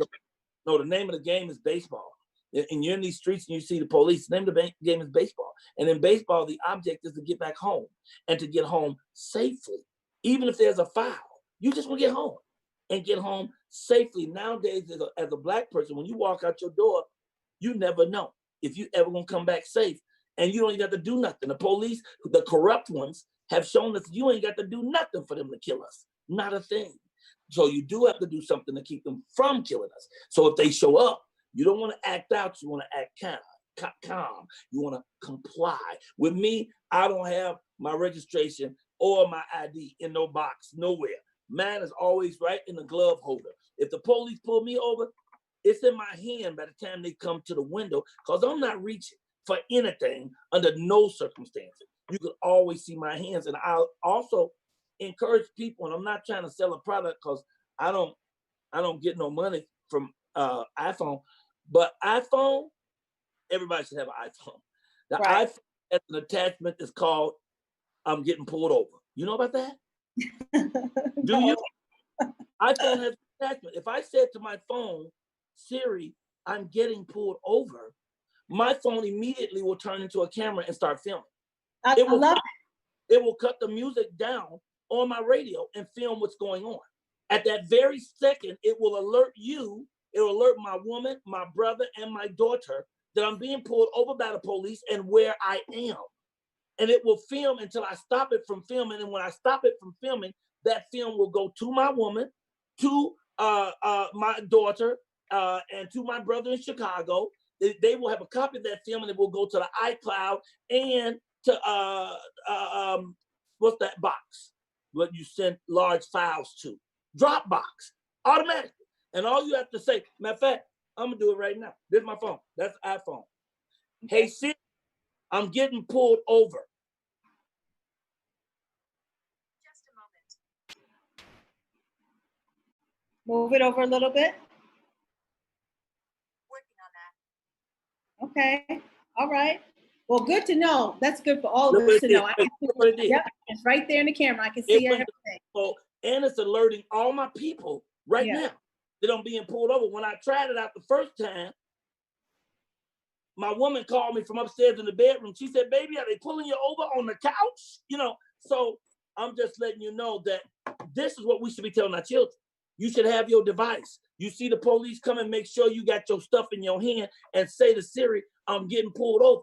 So now when the police come, no matter how they act out, you got a record of it. Now you don't act out. Stay calm. Comply with it. Okay. Thank you for dropping these gems for us. Thank you so much for stopping by. Thank you so much for sharing. Thank you so much for enlightening us. Let everybody know where they can follow you, what's coming next. We got a special guest, Ronald Emery, coming in real quick. So I'm sorry for talking so much. I realize there's no word. We appreciate it. Talk to death, but y'all give me a microphone and it's on. Please follow me on Instagram and Facebook under my name, Michael Collier, Collyar. I got a real sexy webpage called therealmichaelcollier.com, which will tell you everything about me, what I'm doing, where I'm at. I'm on 7 projects and I'm doing it all from my house. Most importantly, love yourself and keep God first, and you're going to be all right as soon as the swelling go down. Thank you, sister. I love you. Thank you, King Zoe. I love him. And y'all have a supercalifragilisticexpialidocious day. Life is a garden if you dig it. Bye.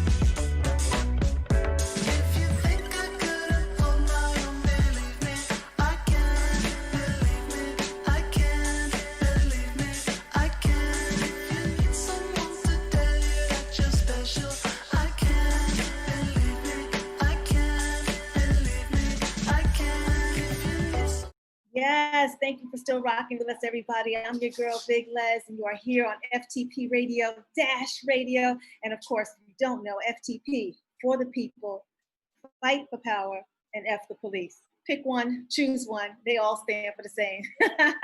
It's time to open up the gates again. We have a very special guest in the house. He served as an assistant to the prison warden in Michigan. And of course, he has a whole lot of insight on the prisons and selected here to be built in the whole process and how it impacts the impoverished neighborhoods. Ladies and gentlemen, Ronald Embry in the building. How you doing, sir?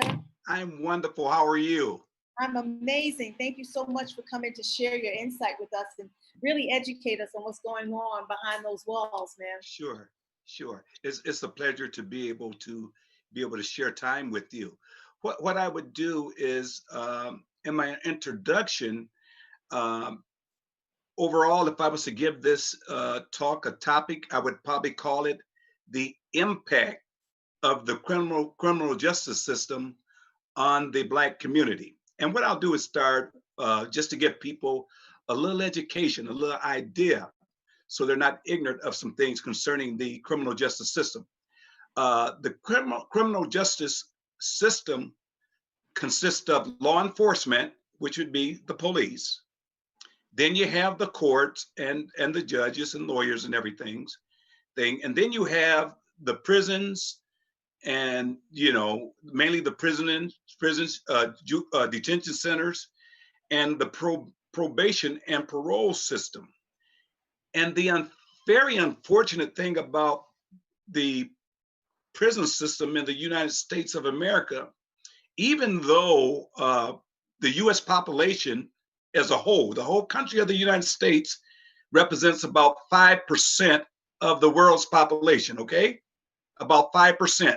But yet and still, we incarcerate 25% of the world's prison population. That's some figure.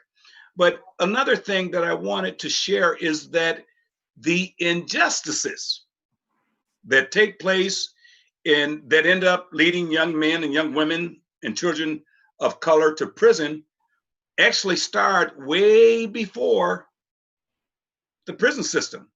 This is unfortunate, but let me share this with you. Say, for example, me and my buddies were riding around, and maybe somebody brought us some beers, and say we were 18, maybe 19. And if we were stopped by the police, every one of us in that automobile would be arrested. Right.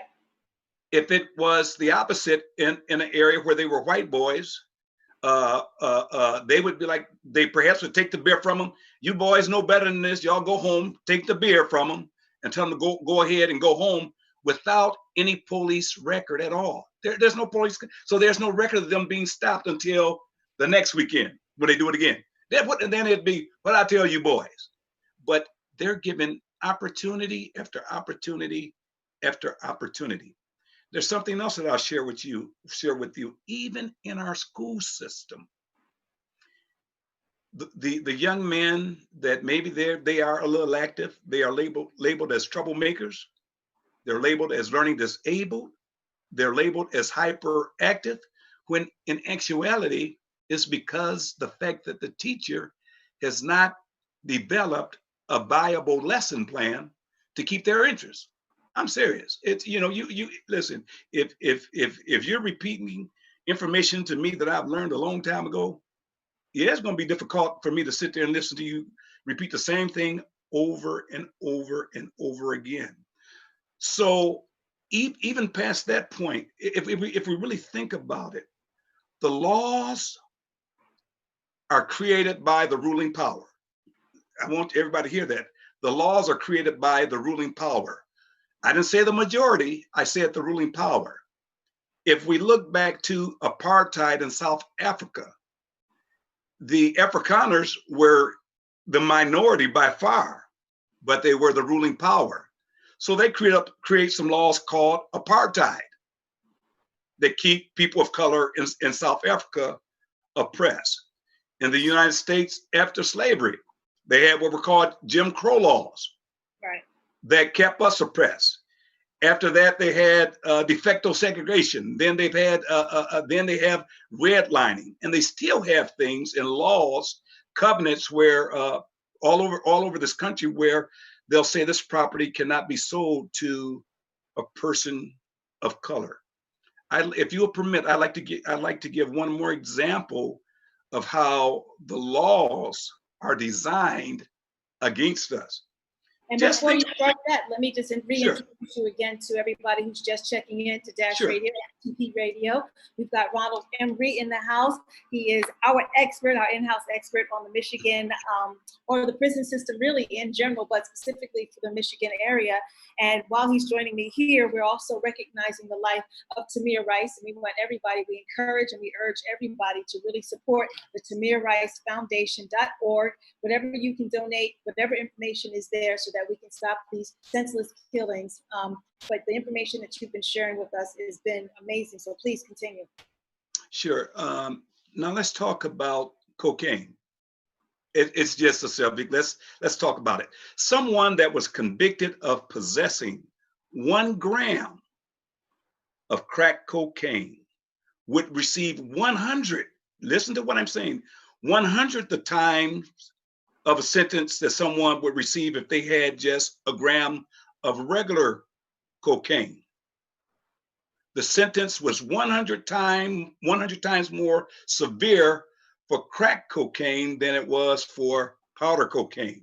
Now, we'll give them a little credit. In 2010, they amended that law. So now a person would only get 18 times more of a sentence for crack cocaine than they would for powder cocaine. But it paints a picture that is so blatant and so obvious. The white Americans, your lawmakers, your senators, your businessmen, they use the powder cocaine. So we can't get them in trouble. So we'll give them a slap on the hand. But matter of fact, before 2010, if you had a gram of crack cocaine, you had a minimum of a 5-year prison sentence. Okay? So keep in mind what I said. The ruling power makes the laws. Let's talk about one moment the opioid addiction, which mainly impacts what? Who does that mainly impact? The opioid addiction? Not mostly African Americans. Mostly white Americans. Of course not. Yeah. So because of that, instead of sending people to prison, you know what Congress does? They invest $100 billion. You can check my facts. $100 billion to help control the epidemic. Now, when it came to our problem, with our crack problem, they threw us in prison and threw away the creed. They tried to put us in there for life. But since these good people are having these issues with these prescription drugs, we're going to throw $100 billion, and check my facts, please. We're going to throw $100 billion at this to help out these good people. Now, did you want to say something? I'm sorry. No. Go ahead and finish your point, and I'll come in after. Okay. There's a gross disparity in the sentencing of Black people and people of color. Gross, I'm saying, okay, say for example, me and my white friend, we both steal a candy bar. He gets probation told, and he's told not to do that anymore. I go to prison for 5 years. And so this is why Black people become engaged in the criminal justice system all the way up to prison, because they're not given the benefit of the doubt as white people are. And I'll pause for you can go ahead and chime in. My question to you is, and it's kind of a little left of what we were just talking about, but I know for so many years, I think people in every city have heard how police are told, and even the police have now been saying that they're told, get more African Americans, get more Latinos, lock them up. We need 20 by the end of the day. That they have a quota to fill, just like parking tickets. What happens in the prison system for those who are maybe trying to appeal their case? Are the Latinos and the Blacks, their cases put to the back? as opposed to their counterparts? What's happening in regard to race inside the prison system when it comes to that? Okay, as far as one's ability to appeal their case, we have what we would call lots of jailhouse lawyers, which really, if they were in the world, they would be paralegals because they do have good knowledge of the law. Most by law, most institutions must have a legal library, so they have access to law books, so they can find casework to appeal their case. And so, as far as the difference between there, I really wouldn't say that there's much of a disparity, because if you sign up for a call out to go to the law library, you're pretty much going to get that unless you're under some type of sanctions, such as a major ticket, or maybe you were in an area where you had no business being. Otherwise, you would have that privilege to go to the law library to build your case. Yeah. Let's talk about COVID and this pandemic for a minute, because there were a lot of times in the news that we've seen that a lot of the inmates were actually on purpose trying to catch this whole pandemic, COVID, coronavirus. How much truth is there to that, and how much health care are they getting, and are they having a clear separation between the African Americans and Latinos and the care that they get while they're in prison versus the white? Well, as far as the there has been some prisons in Michigan that have reported 0 cases of COVID-19. And I certainly would give the administrators kudos for that. As far as disparity in accessibility to healthcare, what I'd like to do is to use a story that I saw on the CBS Evening News some years ago. They stated that if a person of color had Blue Cross Blue Shield or the best health insurance, and their counterpart, a white counterpart, worked the same job, made the same money, because of the systemic racism, that white person would get better care for their issue rather than a black person. So what I would say, it probably depends on the medical staff, because unfortunately, many times when people of color go to the doctor, some doctors will say, oh, they're just complaining. You understand what I'm saying? And many times is not the case. They have a serious illness, but because they just view people of color, because they have a different culture, because they view them in a different light, they're not able to get the proper health care that they actually deserve. Even though I'm paying the same copay, I have the same insurance, but because of the color of my skin, the doctor does not, they're not really as concerned about me as they are that with someone that looks and acts like them. Being that we're in the middle of an election year, what would you like to see happen at the polls that could help the prison system elevate? One of the things that we really have to do is to go to the polls in large numbers. To the guy that's in the office right now, he used to tell people, you're fired. In November, we need to tell that same guy, 45, you're fired. And I'm serious. That would be a huge step on the way to make some serious changes that need to be made in the criminal justice system. Notice I said that. That's the police, the courts, and the prisons. There has to be an overhaul of the whole system. Wow. Okay. Knowing that you have the inside track on the prison systems, and if you could stop anybody who is maybe just before a third strike, if that is even the thing in Michigan or any other state like in California is, what would you warn them of about this is not the place for them, or how they can cope better if it's inevitable that they are going? Thank you for that question, because it's a very good question. What I would share with them is the fact that you're wasting 10, 20, 30 years of your life when you could be a productive member of society to your sons, to your daughters, to your mother or father. It's very unfortunate. I've had prisoners to talk to me and they felt so bitter because when their mother or father was in prison, they were incarcerated. When they were older, they were not at home to help them. So you can't be selfish. It's more than you. Care about your loved ones. You need to be there for, especially for your children, because if we're not there for our children, we're not a role model for them. They're gonna see the dope man as a role model. They're gonna see somebody else with a big car or somebody that's breaking into houses, but he has money. So you need to be there for your family, whether it's male or female. It's very important. My parents have been married 69 years, still together. And so the point that I'm making is your presence in the home as a mother or a father is essential. It's essential. It's totally necessary. So Ronald, how you doing, brother? Yes, My sir. name is I'm doing well. How are you, sir? I'm great. I just wanted to give Big Les a moment real quick. She's Sure. taking care of business at her crib. Okay. So I'm gonna jump in. I got Sure. questions. I've been listening problem. this whole time. You have been delivering a lot of powerful information. Mm-hmm. But let me ask you this. When we look at the state of Wisconsin, Yes, sir. the majority of the Black areas in Wisconsin also have prisons in them. Okay. The majority of the Black areas.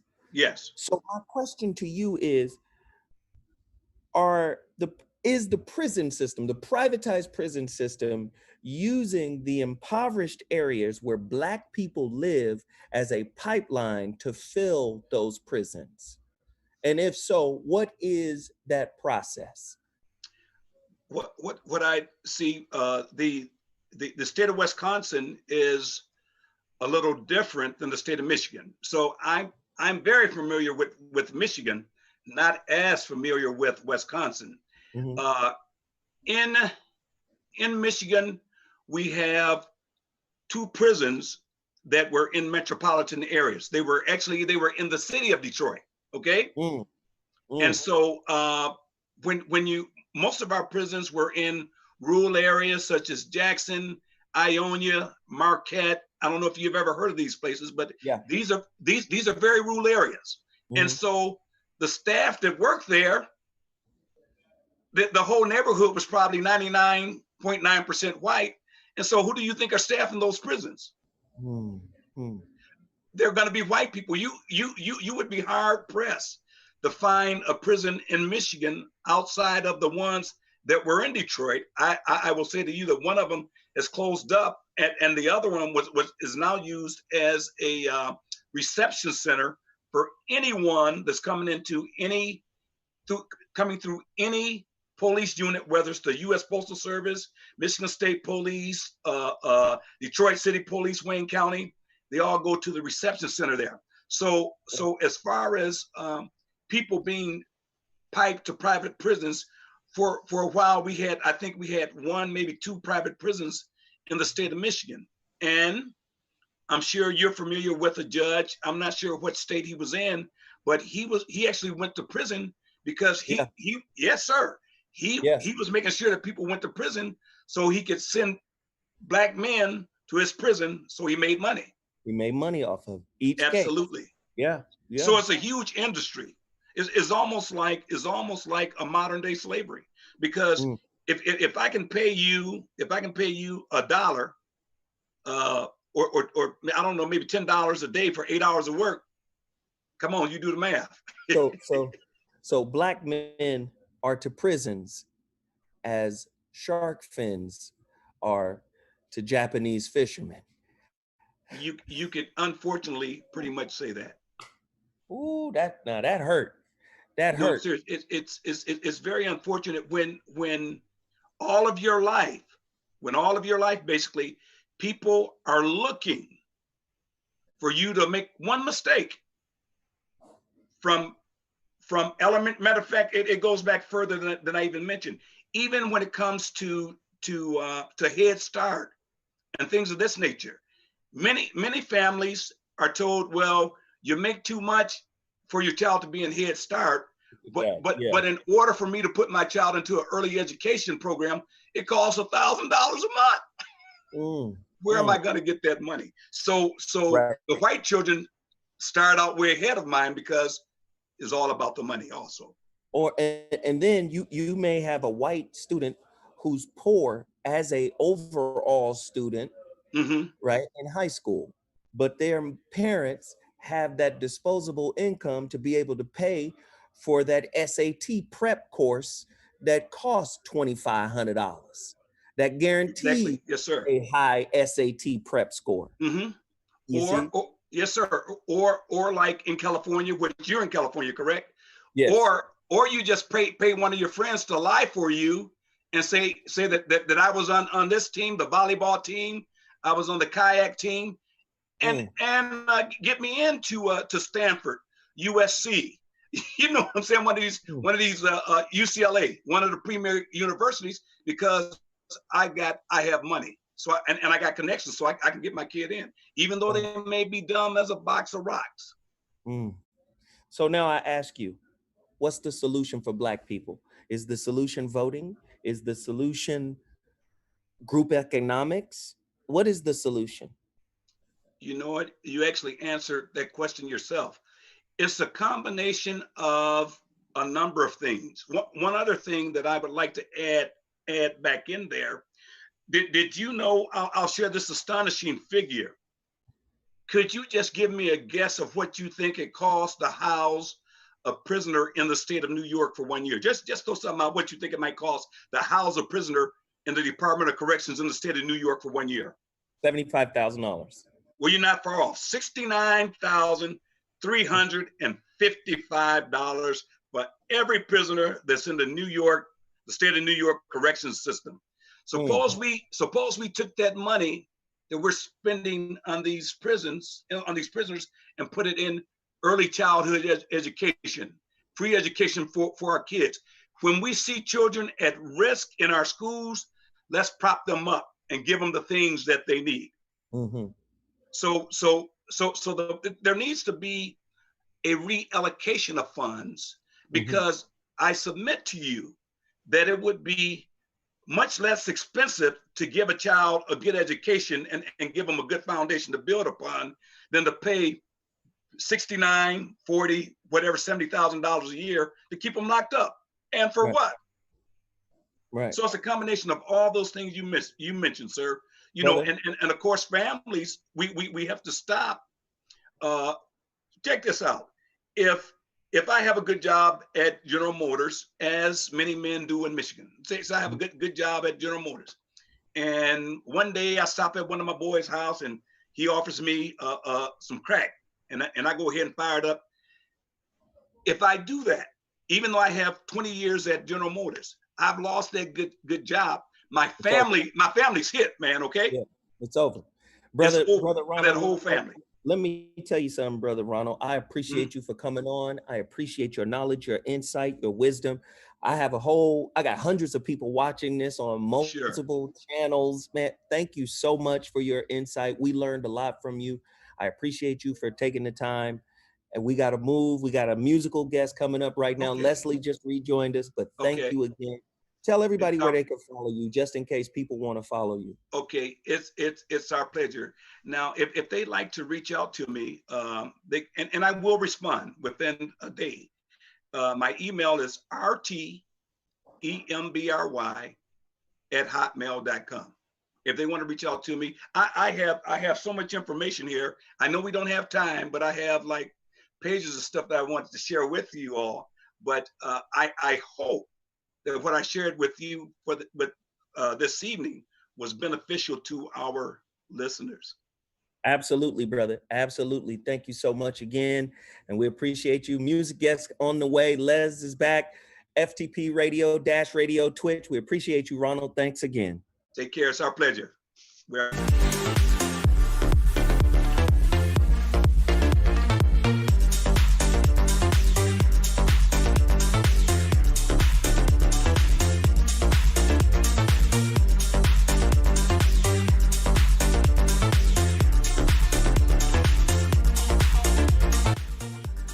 Hello, my people. My name is I. I'm here with Callisto. We are It's I. Thank you for tuning in. Before we get into this, please feel free to take 1 or 2 or 3 deep breaths into your gut. We're going to tune into the mind, body, soul, and spirit. But also, we are here to change the fabric of society because we need systematic changes. We are here because of those who have gone through injustice. We need the justice system to serve its purpose. I've been affected by police brutality as well. In this video, I was recording a protest. I was almost run over by a SWAT truck who ran a red light. I was walking on a green light to get to my friends. They have no care for who we are, no awareness, no emotional intelligence in comparison to the revolution. It's sad. And we are all angry and want changes to happen. We want to see the promised land. In the meantime, we will continue to stay mindful and stay creative with our voices, showing the people that we know the order, that we know the way. This first track we're performing is called Ego. We hope you enjoy. Smoke weed.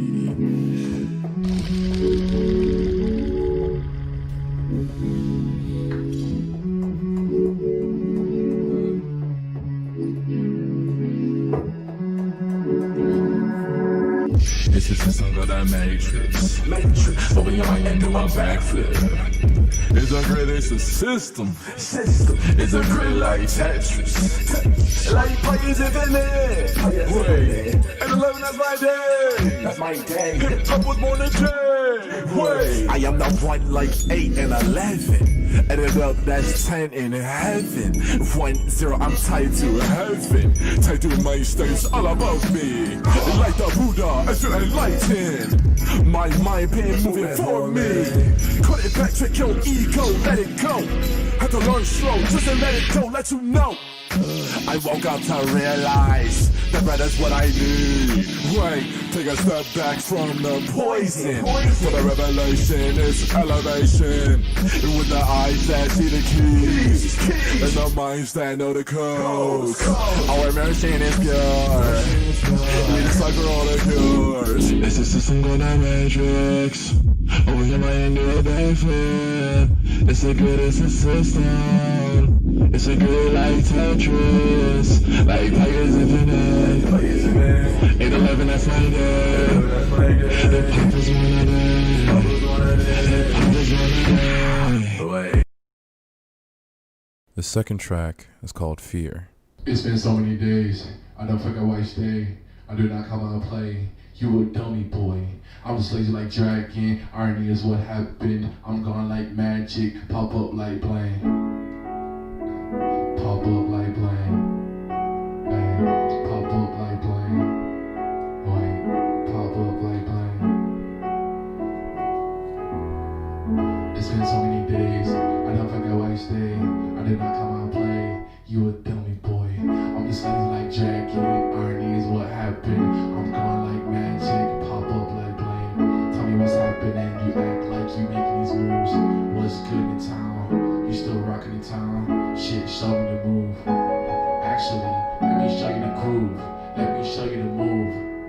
It's all about the magic. I break down the atoms. I break down your energy. Oh, now she's into me. Divine chick with slim hips, deep eyes, wide soul. Stole my soul, but she know the role. But you a sucky bitch, man. Get a clue. Stuck in ego, all that fear on you.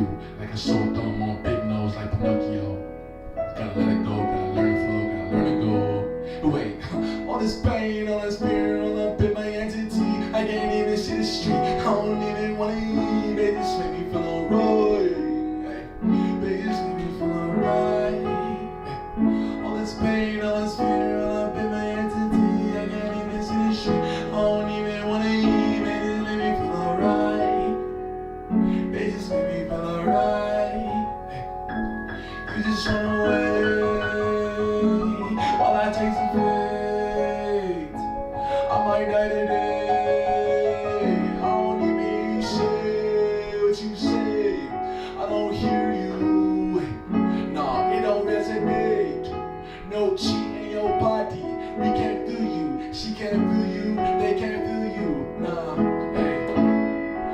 strong, you're not tall. I didn't talk Napoleon, I went to war with my mind in my body. Now I saw my big nine, big nine. Yes, I'm building up my aura, it's a mansion, but I'm feeling all this tension. Third dimension, I don't wanna take their medicine, I'm just dancing, I put fear in your heart. All this pain, all this fear, all up in my entity, I can't even see the street, I don't even wanna eat, man, this make me feel alright. Baby, this make me feel alright.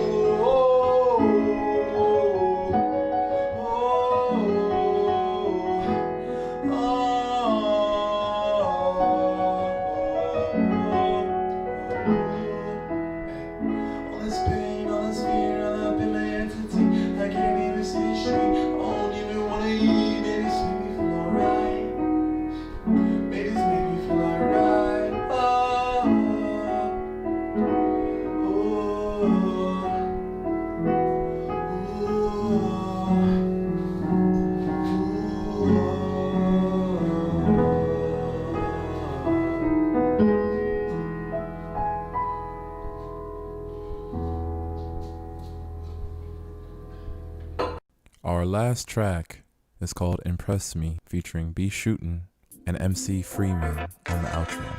Don't sip, hit that shit. Don't sip, hit that shit.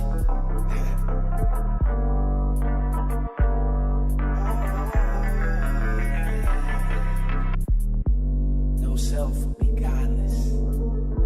Be godless. I guess. Kick it. Lately, everything crazy, everything seems just a little odd, yeah. Just a little odd, yeah. Okay. I'm thinking now, I done lived a million lives, like once or twice, like who am I? 0 to 9. A social suicide, don't let me die on the internet. If I'm correct, the other day my mind saw Frankenstein, I broke a sweat. Then the blind man wrote a check for every homeless man make sketch. That moment inspired Pi to a new beginning. Spell that with 11, seeing that to his knowledge that has no ending. The one who thinks versus the one who blinks. The ING, the IME, surrender, elevate, free the king. Oh, what a memory. Gotta feel it. Everything crazy, everything seems just a little off, yeah. Just a little odd, yeah. When I first met you were the one to rise me up. Like the sun goes round to see all of us muscle up. Like darkness in space, abyss in your eyes. You were the one to tie the tie, try to twist. You were the one to know me before I knew I know. That might sound crazy, but baby, don't leave me, cause I might go manic if you leave me today. Because things are kinda crazy. Things are kinda crazy, cause lately everything crazy.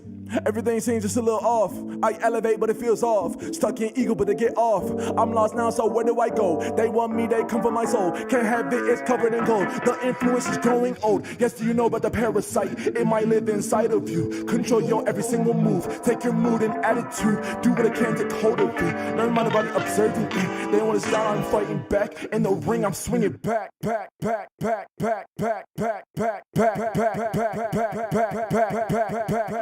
I age like red velvet, fine wine is my time. I see the future in the past, but acknowledge neither.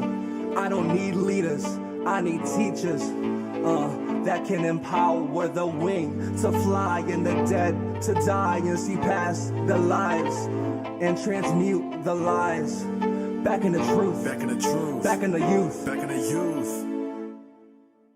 Impress me, impress me. Rooted to the earth, but I'm set free. Checking off my list, and you next, G. They've been hella shook since they met me. Gamma ray energy, laser shit. Venom black like I'm Darth Vader, bitch. Ayy, go ahead, run that shit back. Ayy, go ahead, run that shit back. Yeah, impress me, impress me. I got the gift, people can feel, they want the real deal. Just let it go, of all your fears, letting the opposite show. Now you can see, I will be free, get off my back. You stuck in a trap, blind like a bat, stuck in a cave. I give you light, I give you match, you blow it out. I take it in, you stick it in. I'm here to win, I'm here to dream, I'm here to gleam. Just like a light, I see the stars, it's feeling right. Everything crazy, everything seems just a little off. Yeah, just a little off. Yeah. I'm thinking now, I don't want to realize I wasn't twice, I couldn't lie. It's right now.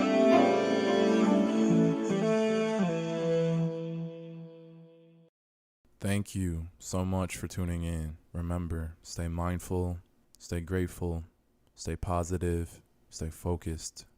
We are here to make changes and not be complacent until we see the utopia that we all are striving for. You can find us on social media, Instagram, Facebook, YouTube, Twitter, at It's I Band, ITSIBAND. And last thing, if you feel inclined to donate, our Cash App is $ItsIBand, or our PayPal is info@itsi.life. Thank you. Still grinding. I'm a hot girl. I do hot shit. Finish income on my outfit. I don't text quick, cause I ain't thirsty. These bitches mad. They wanna hurt me. I'm a hot girl. I do hot shit. Finish income on my outfit. I don't text quick, cause Hello, I'm Much Prophet. I'm going to sing a song for you. It's called Musa, off my sophomore LP called DNA Activation. And you can find my music everywhere you listen to music online. Just search for Witch Prophet. Here we go.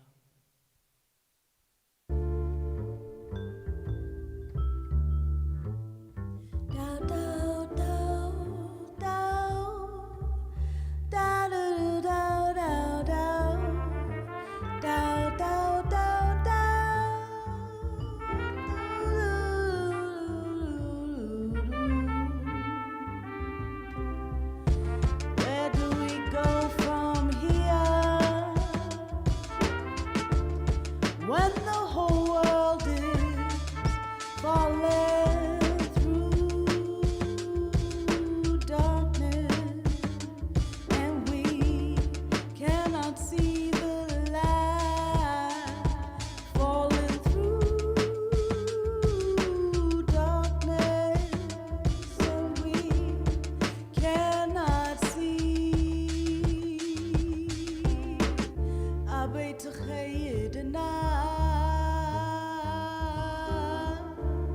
أبوي موسى نكرنا أبيت خيدنا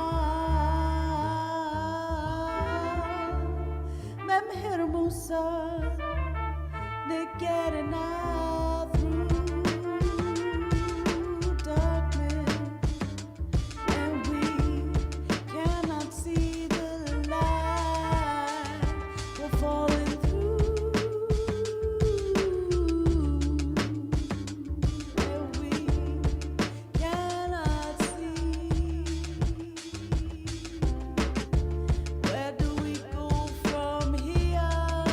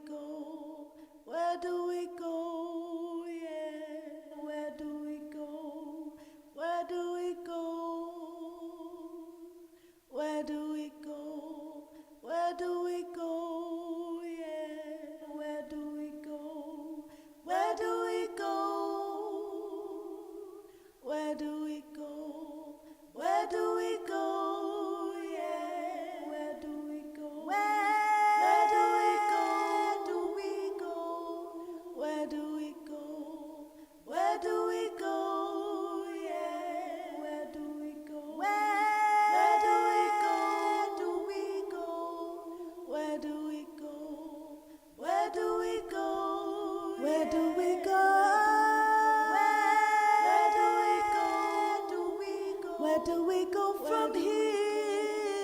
Where do we go? Yeah. Where do we go? Where do we go from here? Where do we go? When the whole world is falling. Where do we go? We're falling. Where do we go? Where do we go? Where do we go from here? Where do we go? Where do we go? Where do we go? Yeah. Where do we go? Where do we go from here? Only where to go is up.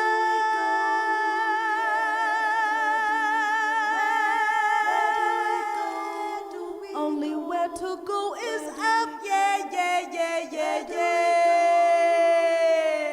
Where do we go? Where do we go? Where do we go? Where do we go? Yeah. Where do we go from here? Only where to go is up.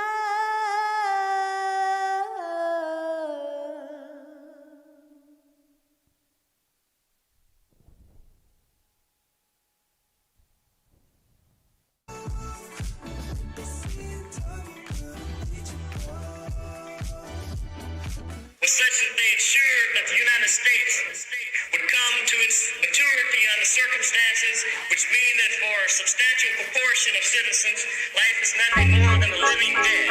And usually is nothing more than a prison of poverty. And the only happiness we enjoy is laughing to keep from crying. Okay, dear Lord in heaven, can you hear me? Does the color of my skin make your subconscious feel me? It's 2020, I can see the vision clearly. Shit is eerie, it's not a question that I would ask Siri. White America staring up in the mirror like, what is it? You looking at your Uncle Sam different. He told you he was great, but he's shown you that he isn't. Oppression is the only thing to see to stay consistent. They turned it to a science and they made that to a system. From education to property value and less income. Plea deals, judges, police, and politicians. And don't forget 2 million people locked up in the prisons. Acting like you ain't got no privilege. I'm guessing that you probably never get it. You think this shit is over cause you see it less on Twitter.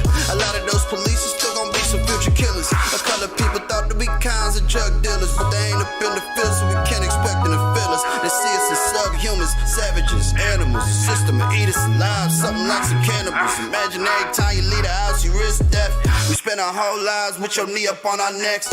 Way before George took his very last breath, he was screaming out to mama before you put him to rest. So I'm glad the time has come for the population to flex. See, there's power in the numbers, we got way too many necks, way too many brains and way too many heads just to let this shit go back to how it's ready been. So it's seen that there's a shift in the whole collective conscious. We waiting on the powers to be responsive. We're seeing that there's so many things we have in common, but still so much work and still so many problems. Because the whole stigma is your status depend on what your pigment is. All around the world, they don't really feel no differently. For centuries, that was been colonizing and pillaging. Why we spend our taxes on being so damn militant?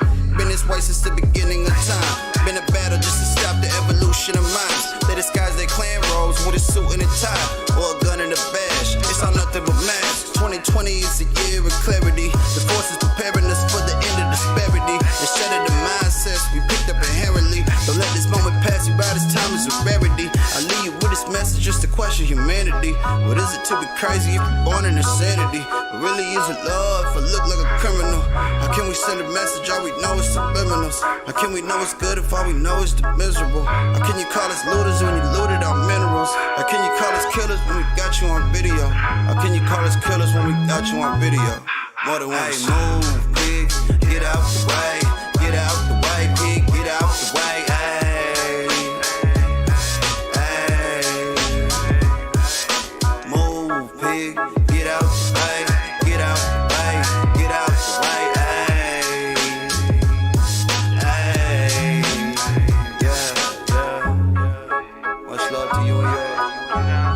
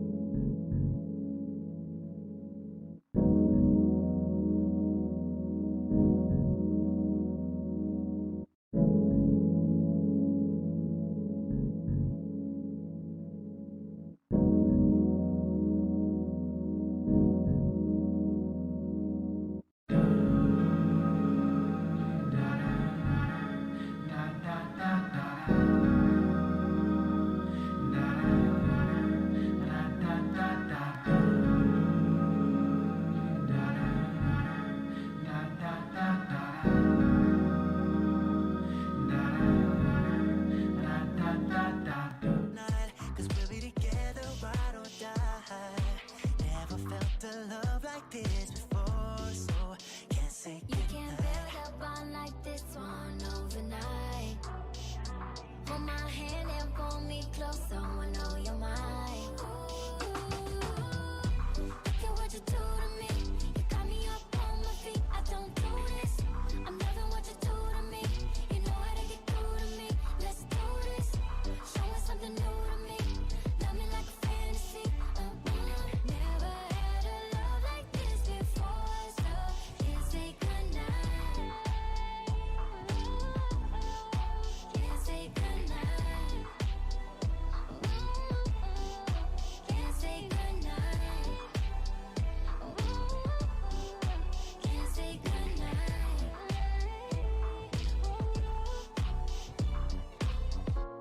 Get up on the floor, dancing all night long. Get up on the floor, dancing to the break of dawn. Get up on the floor, dancing to the break of dawn. Get up on the floor, dancing All the time, but baby, you on my mind, and I don't know why, yeah, but the feeling is fine. Can't you see, yeah, honey, you are for me. Oh, we were meant to be, dancing in the moonlight, gazing at the stars so bright, holding you until the sunrise, sleeping until the midnight. Get up on the floor, dancing all night long. Get up on the floor, dancing to the break of dawn. Get up on the floor, dancing to the break of dawn. Get up on the floor, dancing. Dancing is what to do. Dancing's what I think of you. Dancing's what clears my soul. Dancing's what makes me whole. Dancing is what to do. Dancing's what I think of you. Dancing's what clears my soul. Dancing's what makes me whole. Every time when I look in your eyes, I smile with pride, happy that you're mine. Joy and love, your love is true, I know. You are the best thing that has happened to me. Get up on the Welcome back to FTP Radio on Dash Radio and Twitch. Of course, I've been your host along with Big Les. We've been up in here talking about some real cold things in the world, in particular, social injustice. And of course, Tamir Rice. We've been talking about Tamir Rice this whole time, and we've been weaving in all the other conversations that are being had around the country in these most auspicious times. If you want to donate to Tamir Rice, go to www.tamirricefoundation.org. I'm bringing in some youngsters now because this is really their time. They're the ones that's out in the street. They're the ones that are upset. They're the ones that are inheriting a world that still suffers from some of the problems we never really addressed. There's a young man on right now, junior in high school, 16 years old, has a very unique name. Nikai, is that correct? Yes. Good brother, man. Talk to me, man. How did, well, Tamir Rice was murdered by the cops a few years back. You're only 16 now, so I don't know if you remember that. Do you remember when Tamir Rice was murdered? Oh, yes, yes. How did that make you feel as a young African-American male? Like, how did you think, like, wow, is that next for me? I'm a kid too. Yeah, it makes you think you can't play with toys and you can't play with, like, you can't have the same things that other people can have, if that makes sense. No, I get it. I get it. Like the first statement, it makes you feel like you can't play with toys. It's hella. That's heavy, man. That's heavy. What are you doing in high school right now? You playing any sports? Like, what's your plan? What's your goals? I play basketball and I run track, but I would like to go to college and be a marine biologist one day. Nice. And you're a junior right now. Yes. Do you guys have police officers on campus? Yes. And what's your relationship with those police officers on campus? They actually like it's like they're more there for the kids instead of they're just for business. Like they try to make it like a connection between the students and stuff.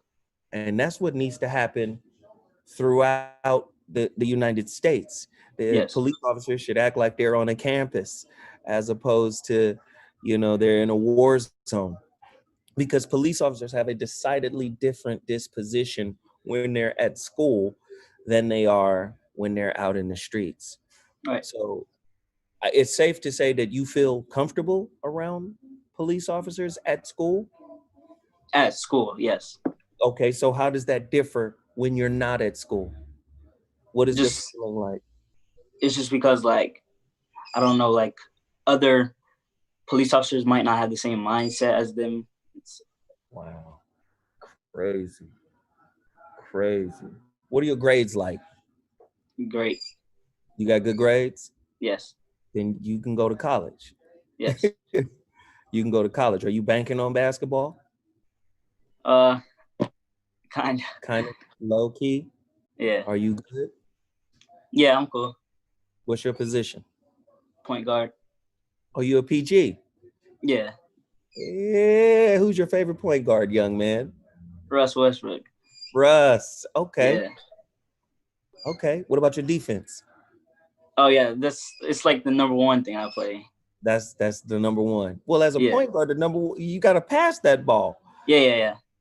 All right. I love to hear that, man. You got, let's see, what, one more year? I know your year was cut short because of COVID, right? Yes. Yeah. So you got one more year. And then now the question becomes, what are you doing to get ready for that year? Like as of scholastic or like playing like sports? Both. Because if you're behind scholastically, you're gonna have to catch up in that senior year, right? Right. If you're behind, I'm not gonna get into your personal GPA business, but if you're good. Mm-hmm. So if you already caught up scholastically, now the question becomes, what are you doing physically to train and prepare for that senior year? Mostly just I'm a shorter build person, so I'm trying to work on like strength and like not to be pushed around. I love it. Let me ask you this: what do you think your purpose is in life? Why are you here? This has got to be more than basketball, but why are you here? I feel like I have a different way of thinking when it comes to like regular people and stuff. And I feel like I can make situations a lot better. Like, yeah. Do you think you could reach that goal living in a society like this one? Yes. Yeah? You just have to be careful, right? Very careful. Hey, brother Nikai, man, you a cool dude, man. I love talking to you, man. I'm proud of you, and I want you to keep working. Okay? Okay. All right. Who else we got on? Who is this young man right here with the tie? Joshua Sherman. How you doing today? Joshua, you was in the car on the last one, right? Yes, sir. Yes, sir. Exactly, brother. How old are you? 21. 21. Yes. Come on, man. You a man now. You got yes, sir. Young man. You got the whole situation. You like the daddy right now. Let me ask you this. How do you navigate the streets without getting the attention of the police? I just try to be me, try to be cool to where, I stay low key. I don't try to draw too much attention to myself. And, it's more so like I speak when spoken to in a sense, but I do speak, if somebody, I nod or whatever. But, I just really try to just be me and navigate the smartest way I know how. I got growing up. What, are you in school? Yeah, I currently go to Grand Canyon University. Oh, Grand Canyon. Yeah. Yeah, I'm hip to them. Y'all just lost your basketball coach, Dan Marley. Oh, I'm not too much on the school spirit side. I'm aware of all of that stuff, man. Yeah. But that's a good school. That's a good school. It's a Christian school, right? Yes, sir. Yeah, I'm hip to that school. What's your purpose? My purpose, definitely to be of value. That's my ultimate goal. To be of value to anybody, to any person that I step to. That's me. That's my focus, to be of value. I pray every day to figure out how I can be, and that's what I strive. That's what I strive for. So let me hit you with this. You're already priceless. So you and Nikai, you guys are already priceless. So when I ask you what's your purpose, it's not to say what's your value. You're already valuable. You're priceless. Your purpose is, why are you here? What are you here to do? The Hindus or the Buddhists would call that dharma. What is your life dharma? What is your purpose? What do you To want give, to do? give. I want Give. to. I like that. Yeah, I want to give. Give the best way I know how. We all here for a reason, like you said. We all have a purpose. We all have a lane that we supposed to navigate in to be able to give. It doesn't matter. Just like in your sitting, and my sitting of wanting to go ahead and go into social work. We all have a way Here to we give. go. Social work. There we go. I like that. You want to give and you want to heal, you want to help people grow, right? For sure, most definitely. I love that. Now, let me say this. Do you think this society, the way it is currently constructed, allows a young brother, 21 years old like yourself, the pathway to do that? Uh, Personally, I do, just Mhm. because it's like we're not all given the fortunate to be able to pick our friends, but we do we do have like some type of segue, to be able to choose the environment that we want to be around and be a part of a purpose. Um, that's what I feel. I feel like we all have people around us who are able to we're able to learn from, like, everybody's our superior, Mhm. and that's just it. That's Name just it. 3 character flaws you have that may hold you back from achieving your purpose. That's for you too, Nikai. I'm coming back to you too. Give me Uh, 3 of them. I say anxiety.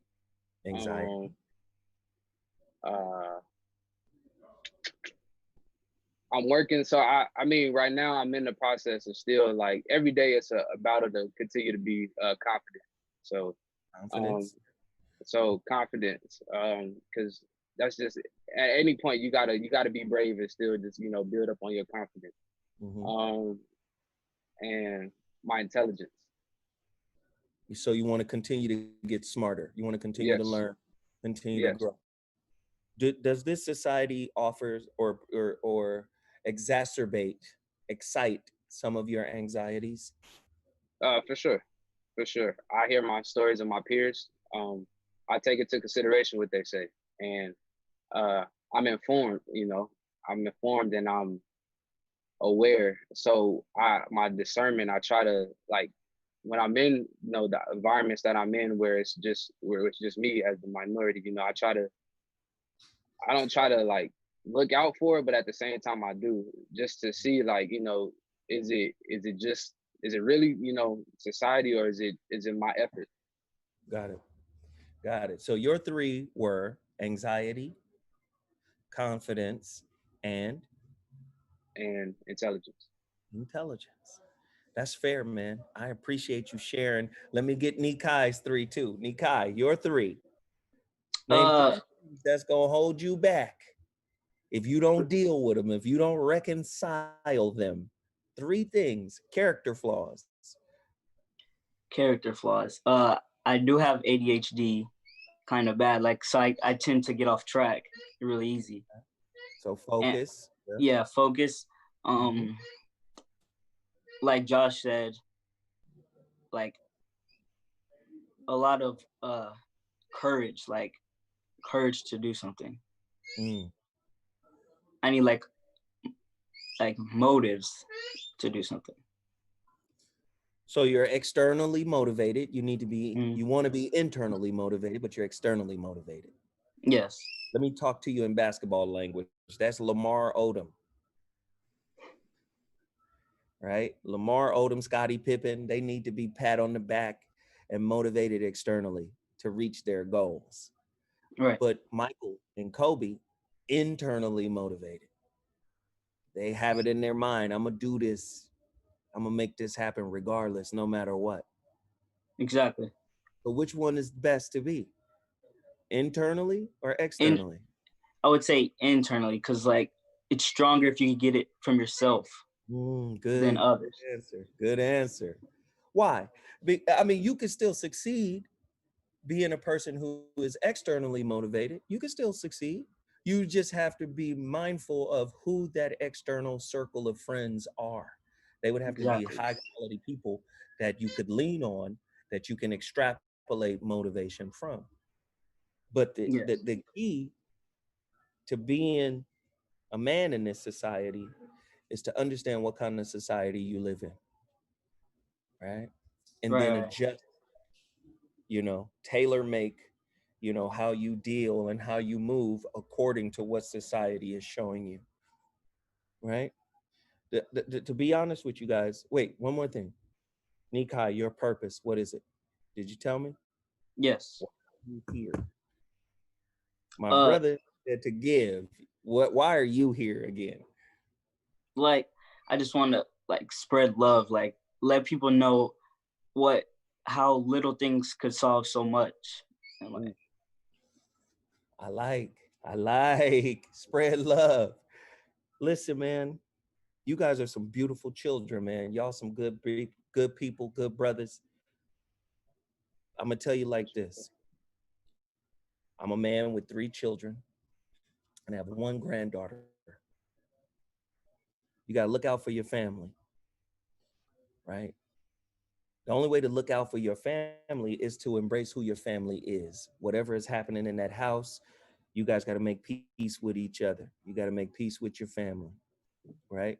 Because that right. in a society like this, you need a base to be able to go back to when things ain't right. Even if you're doing well, even if you're successful, you need to be able to say, let me go talk to my mama real quick and sit down and have a bowl of her homemade whatever. But the only way to do that, you got to make peace, right? You gotta overcome those 3 things that you guys named, right? Those 3 setbacks that could be potential setbacks. Overcome those things, work on those things, and become stronger and better men. One thing that is out of your control is the way society looks at you. You understand? Even the Right. brother with the suit and tie on right now, right?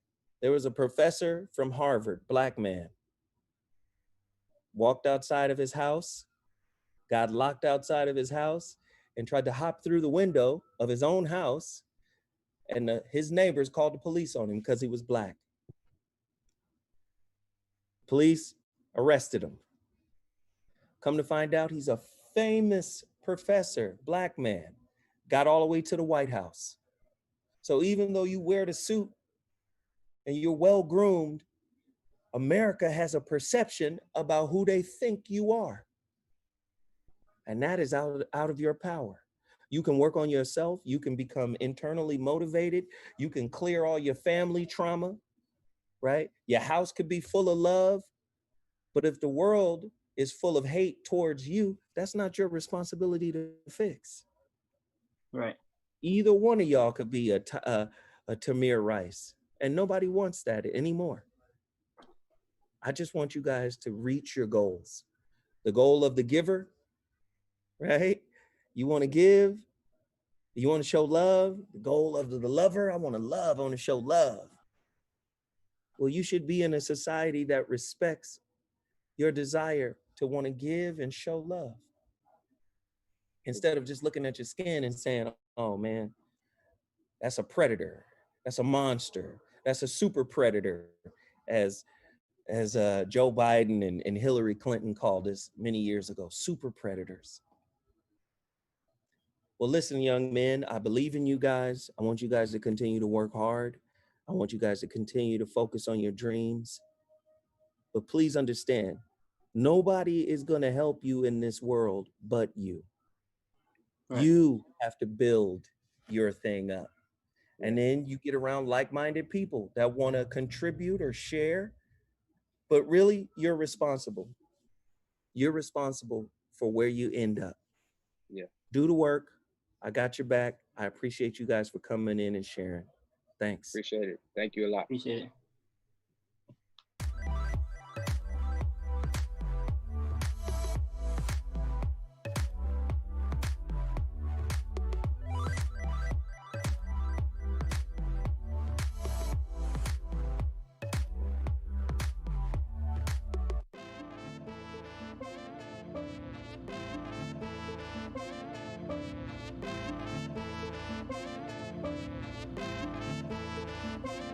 Hello, my name is Zach Seals. I'm a singer-songwriter originally from Baltimore, Maryland, and it's a pleasure to be here at this fundraiser for Tamir Rice, Ayanna Jones, and all victims of police brutality in America and worldwide on Dash Radio and Fight the Power Station. Thank you for having me. It's truly an honor. This first song I'm going to perform for you is off of my debut EP, It Was Never That Deep. It's called Forget You, and I hope you enjoy it. It's very self-explanatory.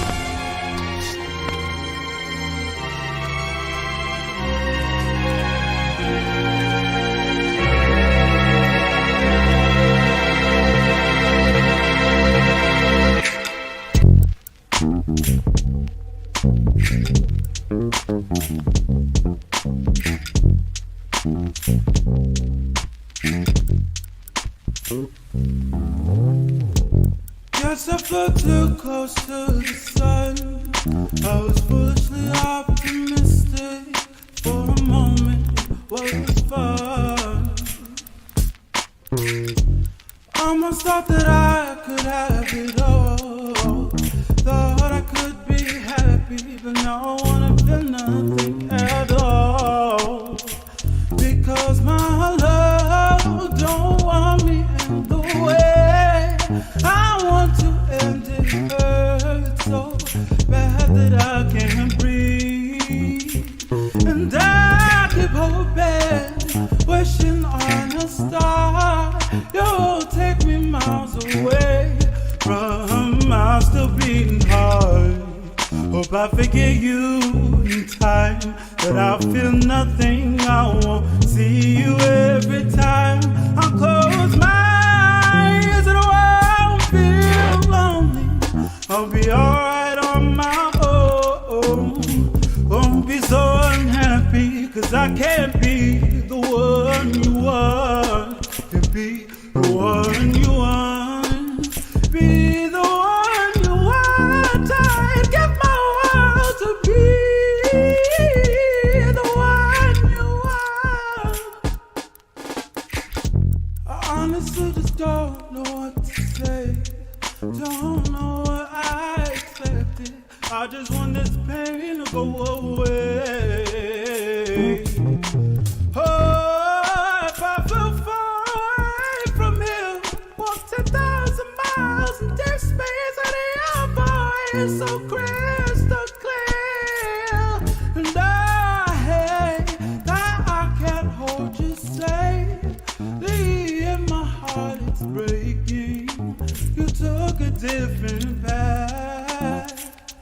Oh, I'm so lost, free falling in this fraud, losing feeling in my head, trying not to fall apart. Hope I forget you in time, but I feel nothing. I won't see you every time I close my eyes and I won't feel lonely. I'll be alright on my own. Won't be so unhappy, cause I can't be the one you want. And I'm sorry I let it get this far.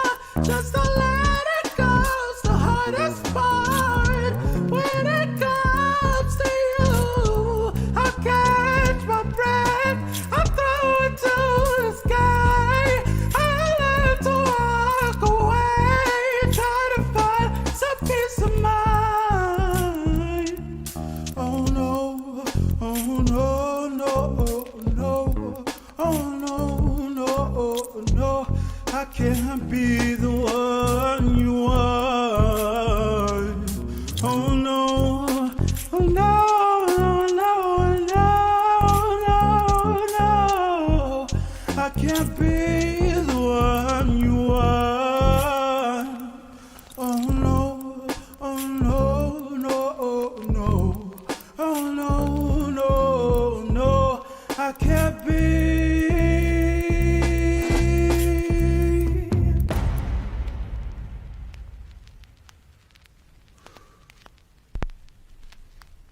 Thank you. This next song is going to be an original. It's not out yet. It's gonna be on my next project, possibly a single. It's called Golden, and it's dedicated to someone who's very close to me. It's about not knowing how to help someone when they want to help themselves. Hope you enjoy.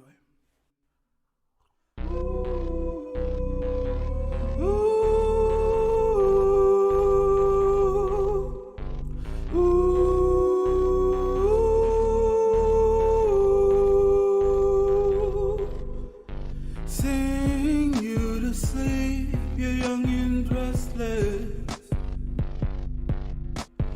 God knows when I'd have been bound,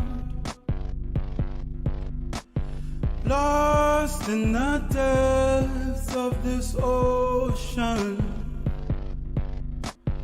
There is no light to be found.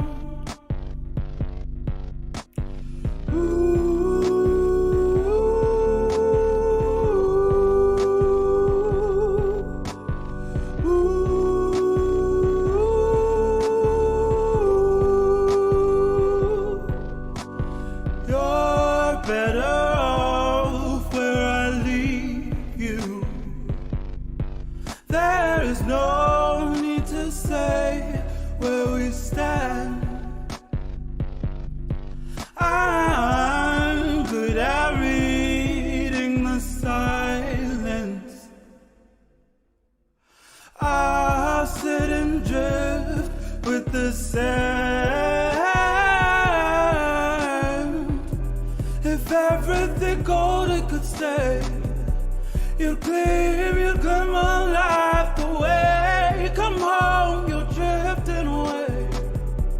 And it's getting darker every day. You know, if I could, I would save you from the fog of all your mistakes.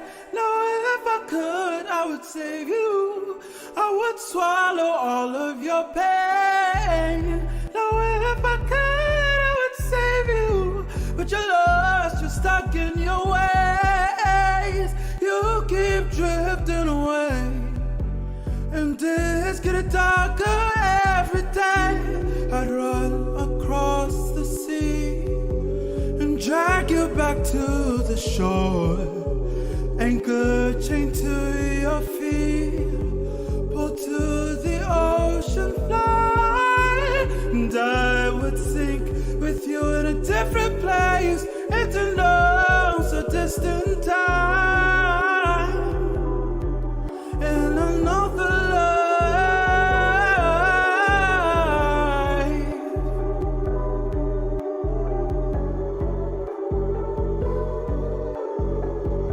If everything golden could stay at night, you'd outshine the stars, put them to shame. Why just swim away?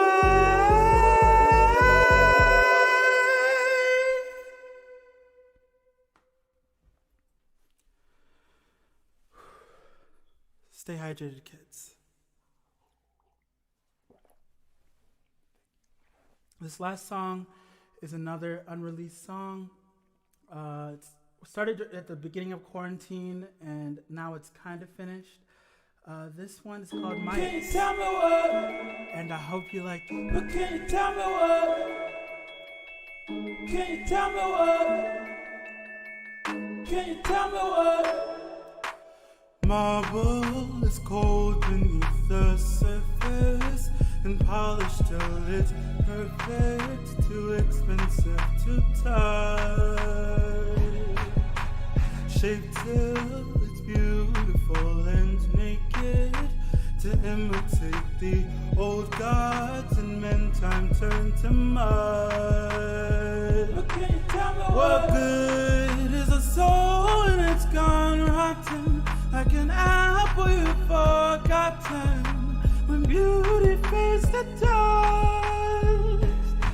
And what would hold true when the one to love you leave you, and your intentions are see-through, when beauty fades to dust?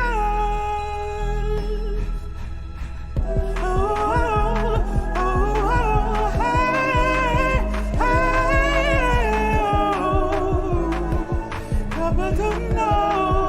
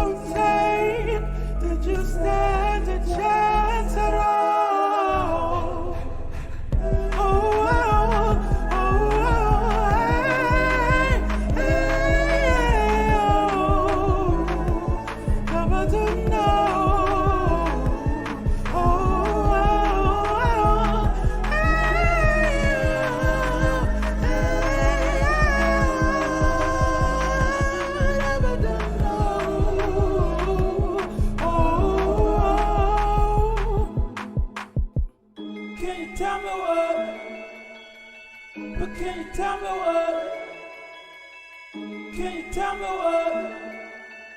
Can you tell me what? But good to great if you don't change. You never learn from your mistakes. How do you expect to know for all the things I wish I know? What's the purpose in life if you're just gonna live a lie? Good to have you have jokes. Good to king without a throne.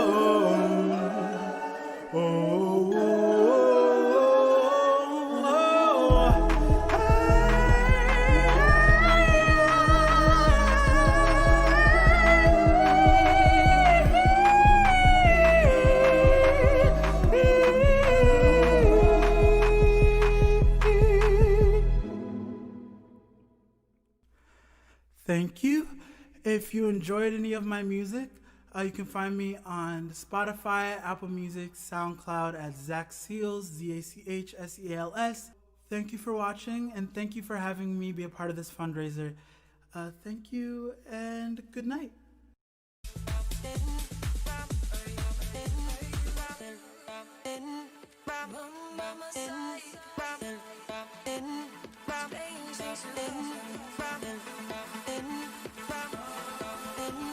Hello, my name is Annie Al. I'm an indie folk singer-songwriter, and I'm going to be singing some original songs for you guys. Hope you enjoy.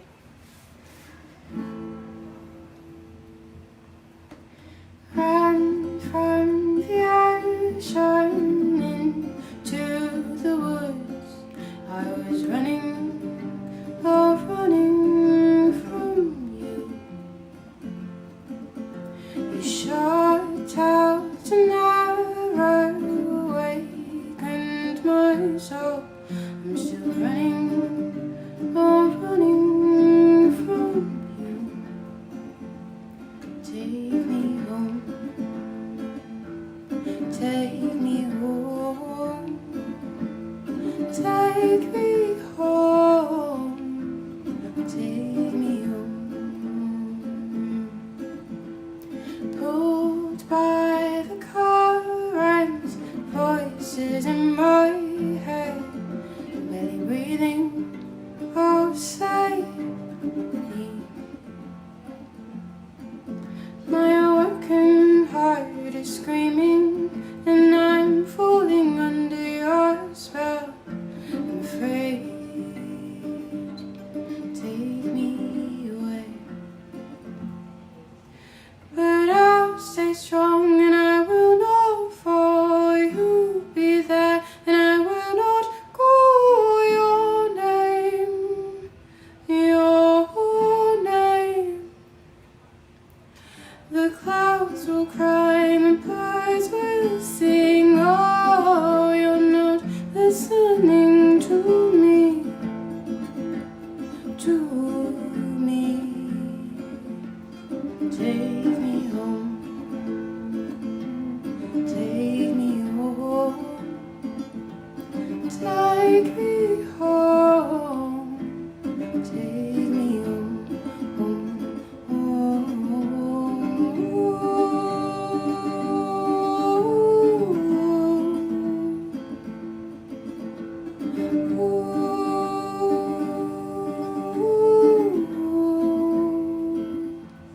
take me home, take me home, take me home, take me home. Thank you. This next song is called Tired Tom.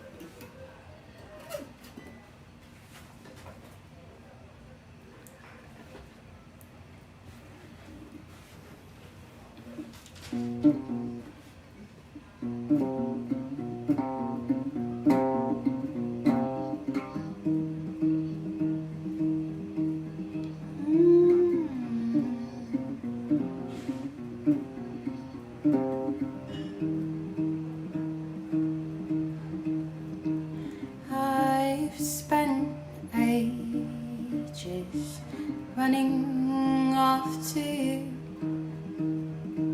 fall into mousetrap and hurt the way I do. Oh, love me if you can, and don't lead me on a leash. Just love me if you can. See, I've got whiskers and you've got a short tail, and I'm a good listener, but you're not speaking words.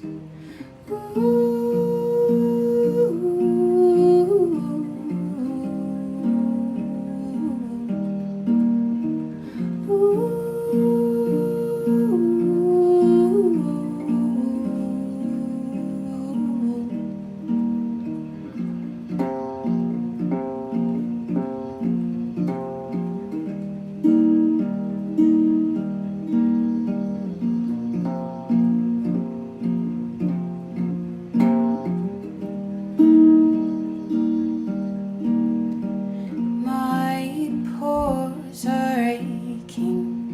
You tell me if yours are weak, and I don't want to do the chasing.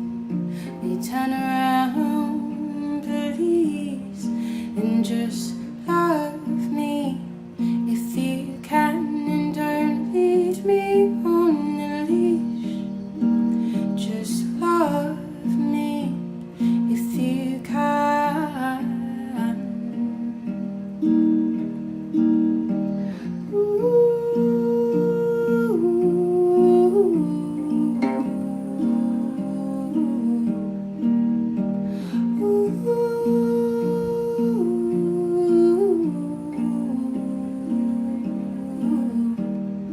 Is it love when it hurts? Is it love when it hurts?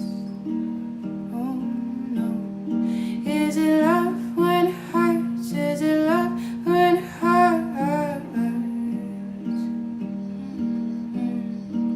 See, I've got whiskers and you've got a short tail, and I'm a good listener, so please speak some words. Thank you. Okay, this is my last song. This one is called Lifeboat.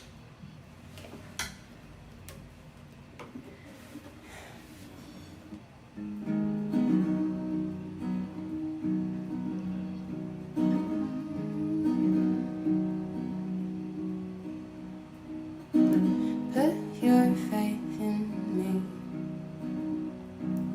Jump off the boat. Lay down beside me. Don't worry if you float. I have a photograph of us, and it's blown away. I let my body sink once, but she swam away.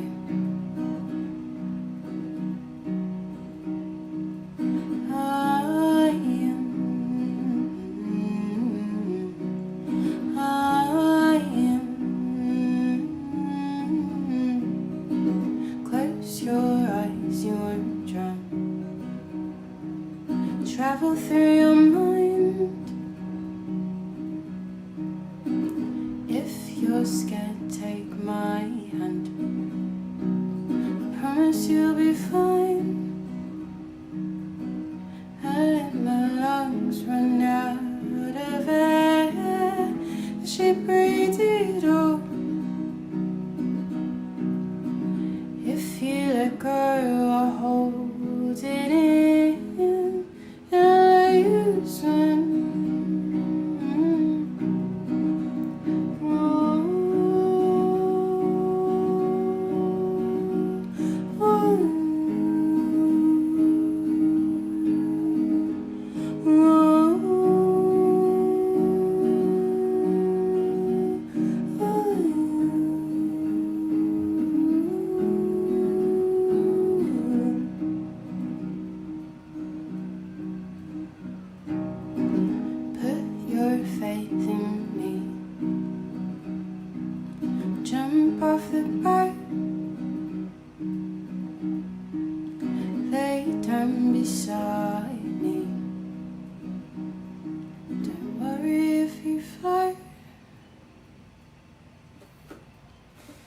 thank you. Thanks for listening. Have a brilliant day, everyone.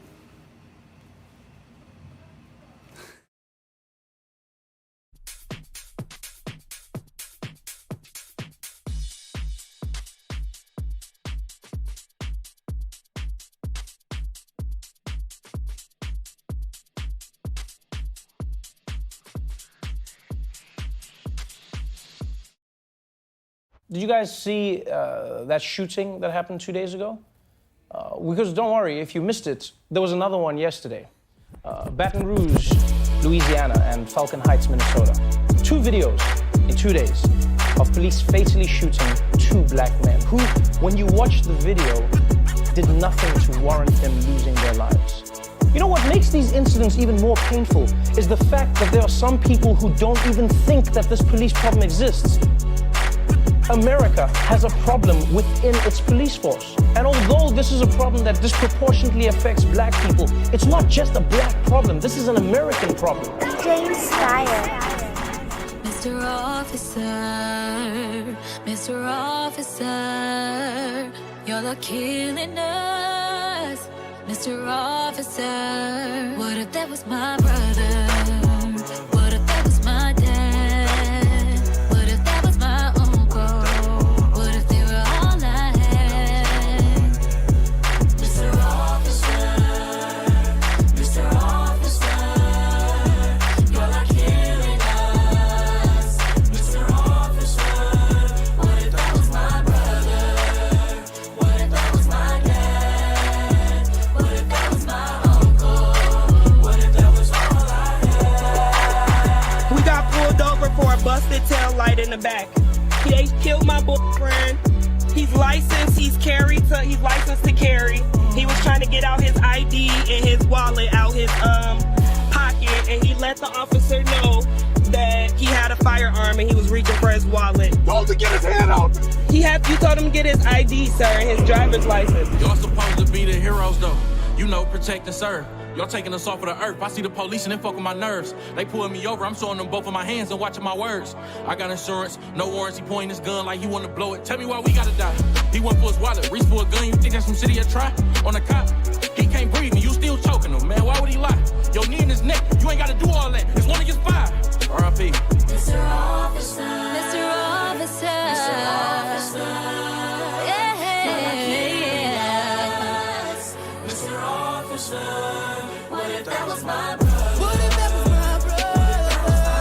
What if that was my dad? What if that was my uncle? What if that was all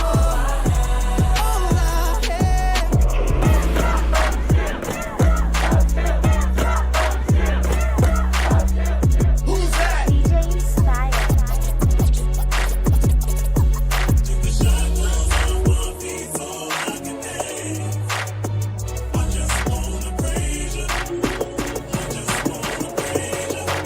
Shackles on my feet, yeah, they won't let me be.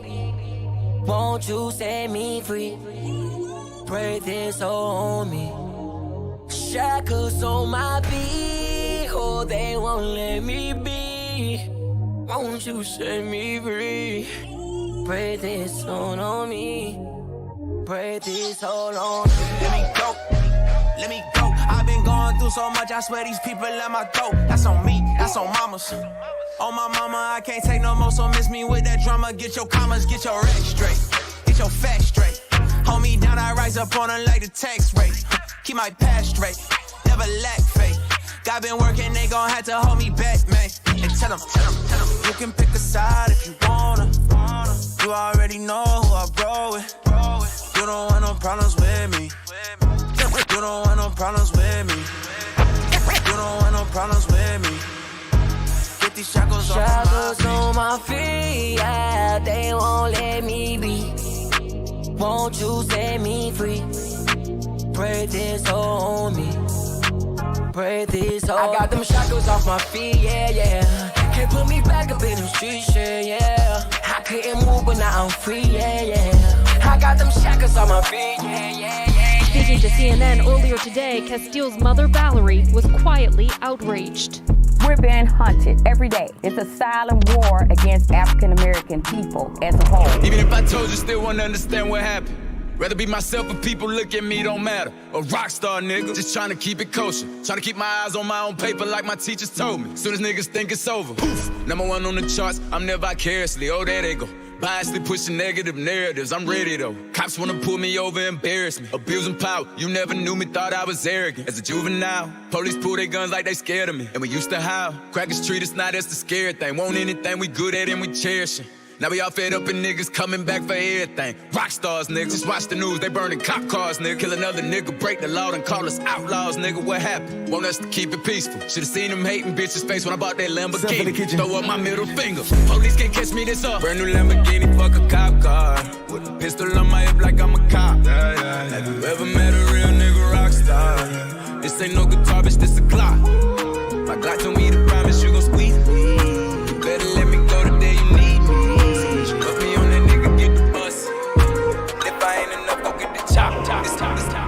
DJ Inspire. No peace. No peace. No peace.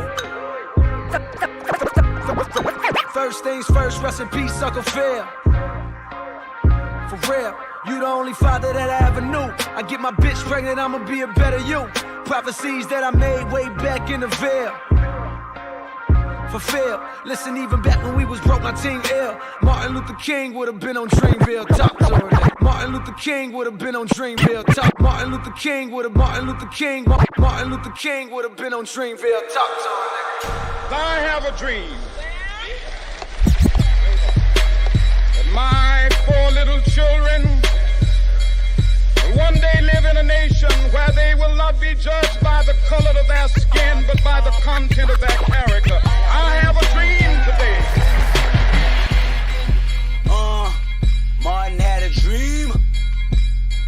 Martin had a dream. Kendrick have a dream.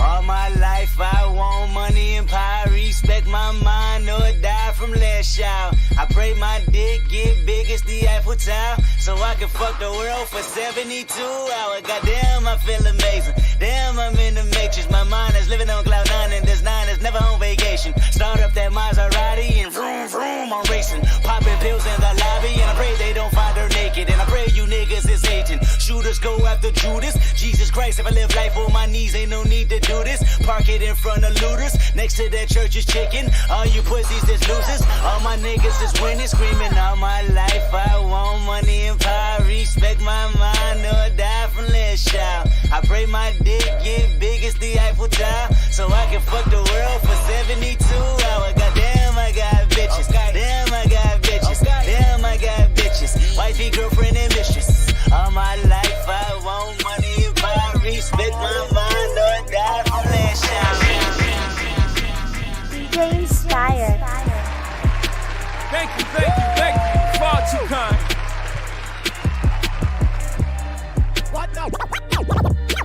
Why do you have to lose? Why do you have to lose? Why do you have to lose?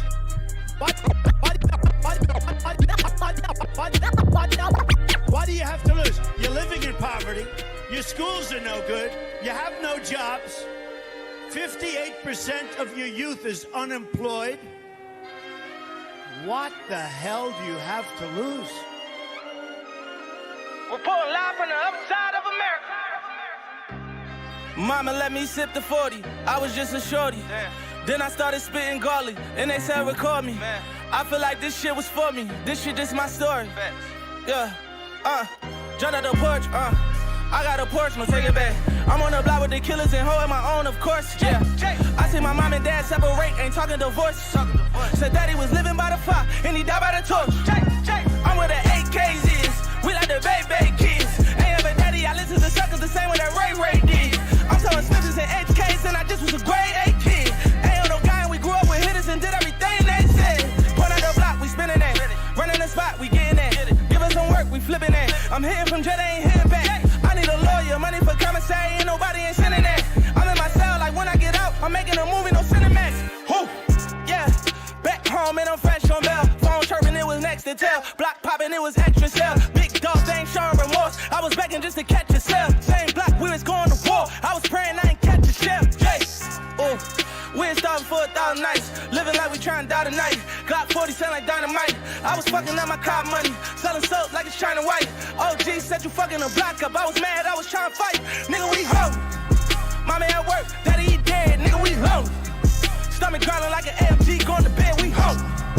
Uzi on me, all my friends are dead. Nigga, we home. Report live on the other side of America. Another memorable studio moment was when me and YG recorded Fuck Donald Trump. We had done a couple concepts the days prior, but then YG like, man, what you think about a Fuck Donald Trump record? I'm like, yeah, I'm with that. You know, it was just an effortless concept to execution, from talking about it, picking the beat, him saying what you think about this for the hook, going in, laying it, listening back on the loudspeakers, and everybody in the studio was like, this is something. Fuck Donald Trump. Fuck Donald Trump. Yeah, nigga, fuck Donald Trump. Yeah, fuck Donald Trump. Yeah, fuck Donald Trump. Yeah, fuck Donald Trump. Yeah, nigga, fuck Donald Trump. Yeah, fuck Donald Trump. Yeah. Nigga, am I tripping? Let me know. I thought all that Donald Trump bullshit was a joke. Know what they say when rich niggas go broke? Look, Reagan so cold, Obama so hope, Donald Trump spent his trust fund money on the vote. I'm from a place where you probably can't go. Speaking for some people that you probably ain't know. There's pressure built up and it's probably gonna blow. And if we say go, then they probably gonna go. You vote Trump, then you probably on dope. And if you like me, then you probably ain't know. And if you been in jail, you could probably still vote. If we let this nigga win, we gon' probably feel broke. You build walls, we gon' probably dig holes. And if your ass do win, you gon' probably get smoked, fuck nigga. Donald Trump. Fuck you. I will build a great wall on our southern border, and I will have Mexico pay for that wall. Mark my words. Hold up, I fuck with Mexicans, got a plug with Mexicans. When a little need a switch, who I call Mexican. This Comedy Central ass nigga couldn't be the president. Hold up, Nip, tell the world how you fuck with Mexicans. It wouldn't be the USA without Mexicans. And if it's time to team up, shit, let's begin. Black love, brown pride, and assess again. White people feel the same as my next of kin.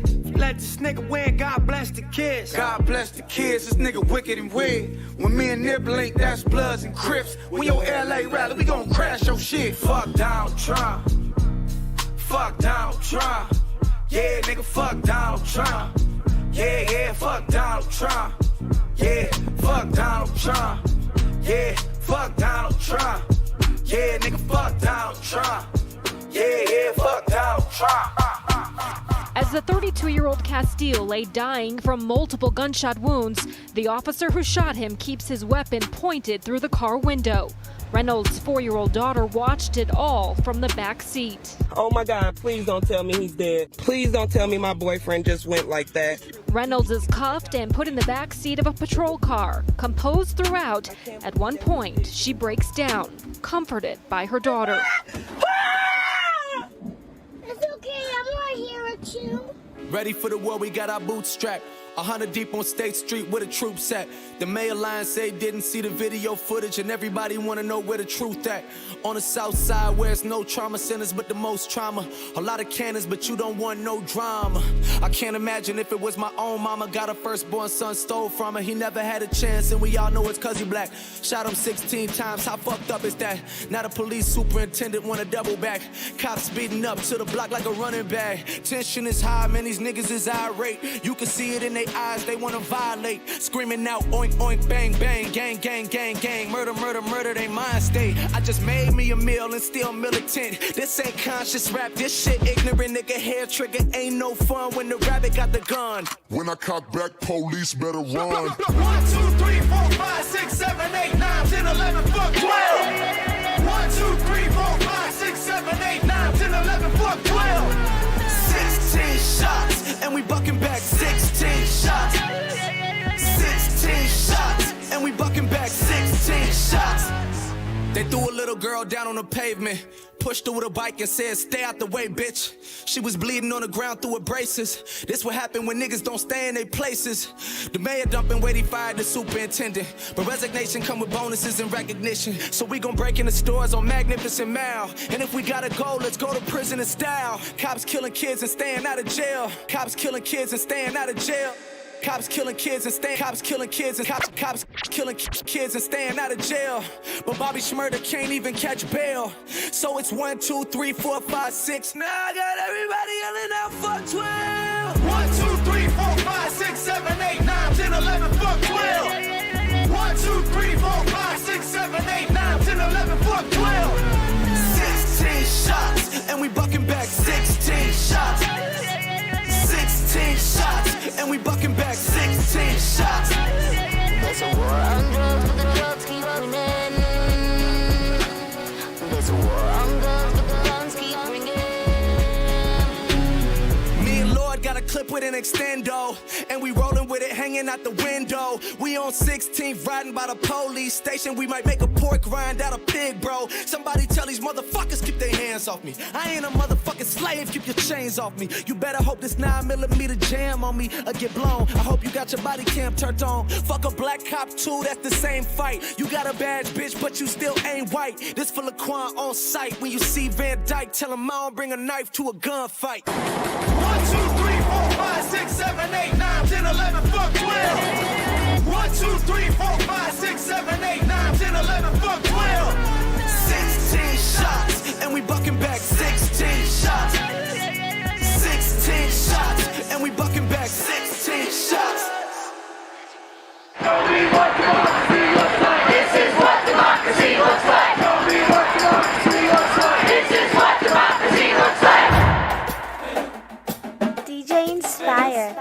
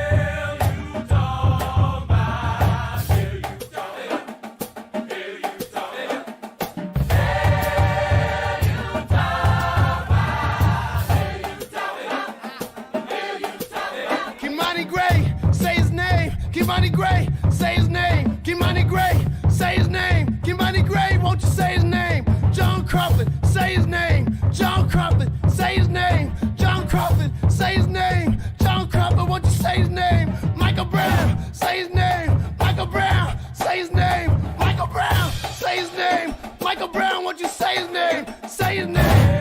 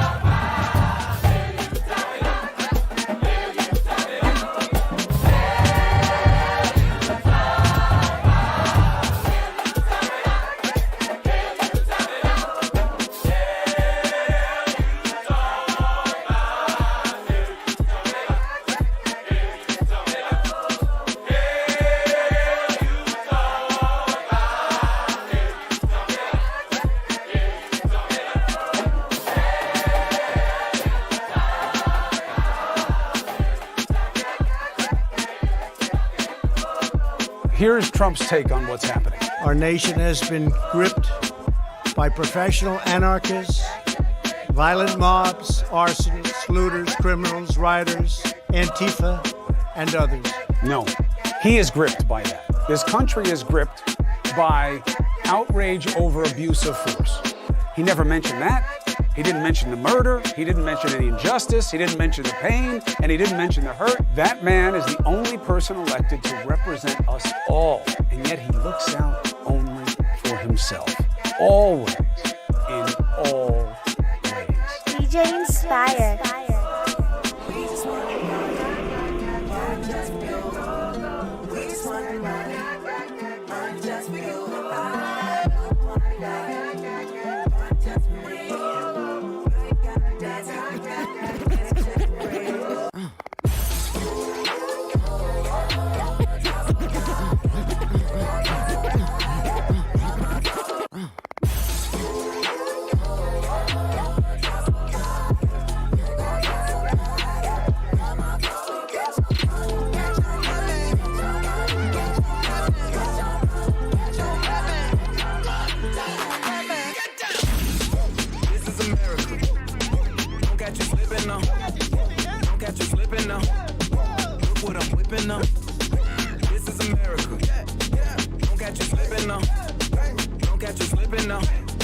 Look what I'm whipping up. Look how I'm geeking up.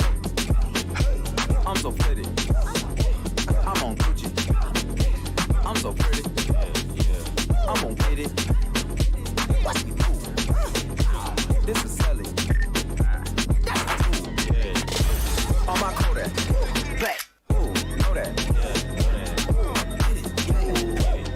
Get it. 100 bands, 100 bands, 100 bands. Contraband, contraband, contraband. I got the plug on who a hawker. Whoa, they gonna find you like Paco. America, I just checked my follow and listen. You motherfuckers owe me. Get your money, black man. Get your money, black man. Get your money, black man. Get your money, black man. Get down.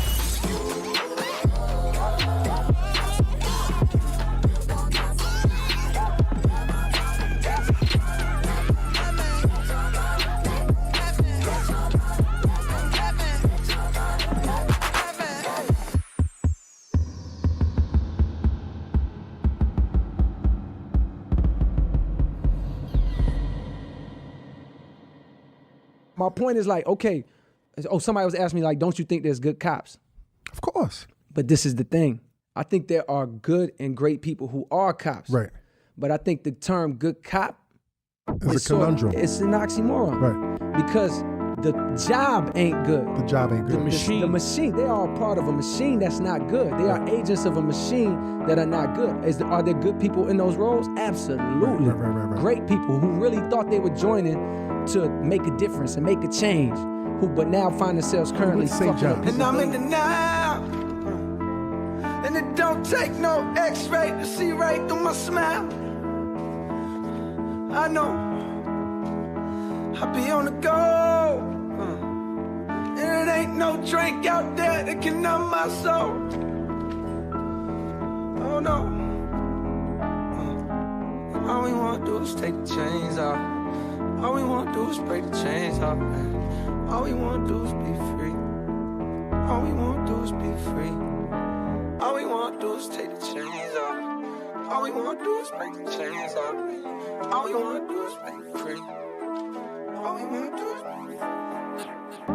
This man kneeled on a man's neck for 8 minutes and 46 seconds. Can you imagine that? What are you signifying? That you can kneel on a man's neck for 8 minutes and 46 seconds and feel like you wouldn't get the wrath of God. He told the police he couldn't breathe. One of the hardest parts of the tape to listen to, he said, please.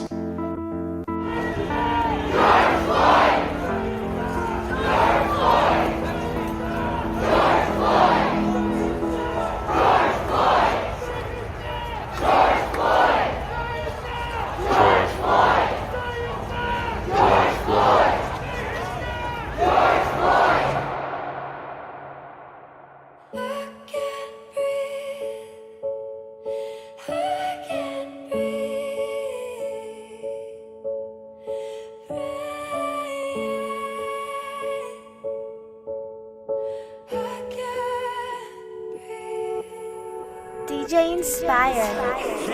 This a revolution in our time. Everybody's fighting, change coming, yes. That's why it's an acronym for riot. Everybody has a voice. Don't you dare stay silent. If you say nothing, you are an accessory to violence. Let these words dry the tears of our people that are crying. We can bring back hope, but not the people that are dying. It's what happens when the people you've oppressed ask for change in the country that they built, but you've ignored and denied. This is Sandra Bland, George Floyd, and every single family. Police brutality is intervened in and destroyed. Couple bad cops can't define all you other boys. So every good cop needs to stand up and make some noise. Black, white, Asian, doesn't matter cause we can't avoid. So let's all come together, join hands, and just get annoyed at people who believe racism makes sense in a country built up minorities, slave work employed. Nobody's born racist, man, it's something you learn. Deep rooted in your brain from the day of your birth. I think it's time that we repair all of these bridges we burned and let love out of our hearts onto the cheeks we've turned. Spread love, show love, let's get rid of this curse. Don't wait for anyone to act, man, you go first. 400 years wasted, let's get rid of this hurt, cause that's the only way we'll ever see peace on earth. I can't breathe. I can't breathe. I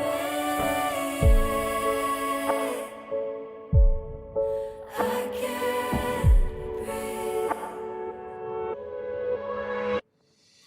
Change is what we really need. Cut me open, cut you open, red's the color every single human being bleeds. Let's come together, cops, citizens, and in between, and rally for the rights of everybody in humanity. Black, blue, white, green, playing for the same team. Mine, I'm okay, but boy, that doesn't mean I can't dream. Black lives matter shouldn't anger you or make you scream. Black lives matter shouldn't anger you or make you scream. Black lives matter, black lives matter, black lives matter shouldn't anger you or make you scream. All lives matter cause we aren't treated equally. Remember when we were kids and didn't see color, and when we played in kindergarten and I called you my brother. Then we grew up and they told us we should hate on each other, even though we went in the same and we all came from our mothers. I hope y'all understand, hate is not a trait, it was learned, man. Equality is the quality we need inside this earth, man. Give and receive is the karma that you earn, man.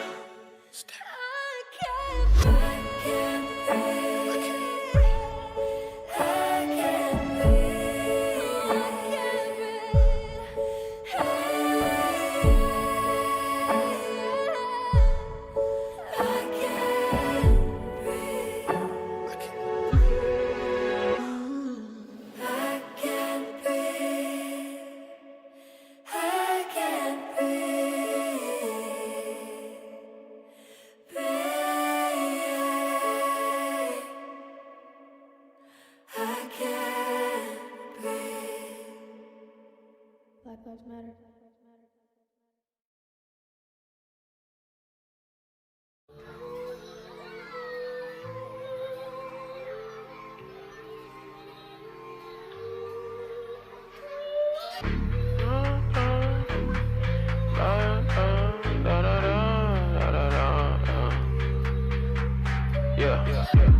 Okay. Oh my, what a wonderful day. Thank God that I made it back home. And I ain't lying in between the yellow tape. Okay, alright, okay. Oh my, what a wonderful day. You blessed if you got your best. Nigga, stay prayed up. Summertime ain't. Thank the Lord that I made it to the other side. I'm aside trying to kick a nigga door. Only thing that's a store for a nigga is a bullet or the morgue. I've been drinking with my pain, smell the whiskey in my pores. I'm a king, I'm a sinner. Every June I be praying for the winter, cause it's safer in the summer. Man, it's something about the heat, make a nigga turn cold. When you see them blue lights, nigga, red mean go, nigga, don't get froze. You can lose your life for a gram on a gram, niggas got it on live. Cause the one with the badge never getting no time. Cause the one with the badge got the world on his side. I'm just glad to be alive. I've been trying to get it, we've been trying to get it. I've been on a mission, added up with a slight division. Everybody eating on my money mention. Only got time for the money on my mentions if I never mention. Okay, oh my, what a wonderful day. Thank God that I made it back home. And I ain't lying in between the yellow tape. Okay, alright, okay. Oh my, what a wonderful day. You blessed if you got your best. Nigga, stay prayed up, summertime ain't safe, nigga. Okay, oh my, what a wonderful day. Yeah. Okay, oh my, what a wonderful day. Yeah. Okay, oh my, what a wonderful day. You blessed if you got your best. Nigga, stay prayed up, summertime ain't safe, nigga.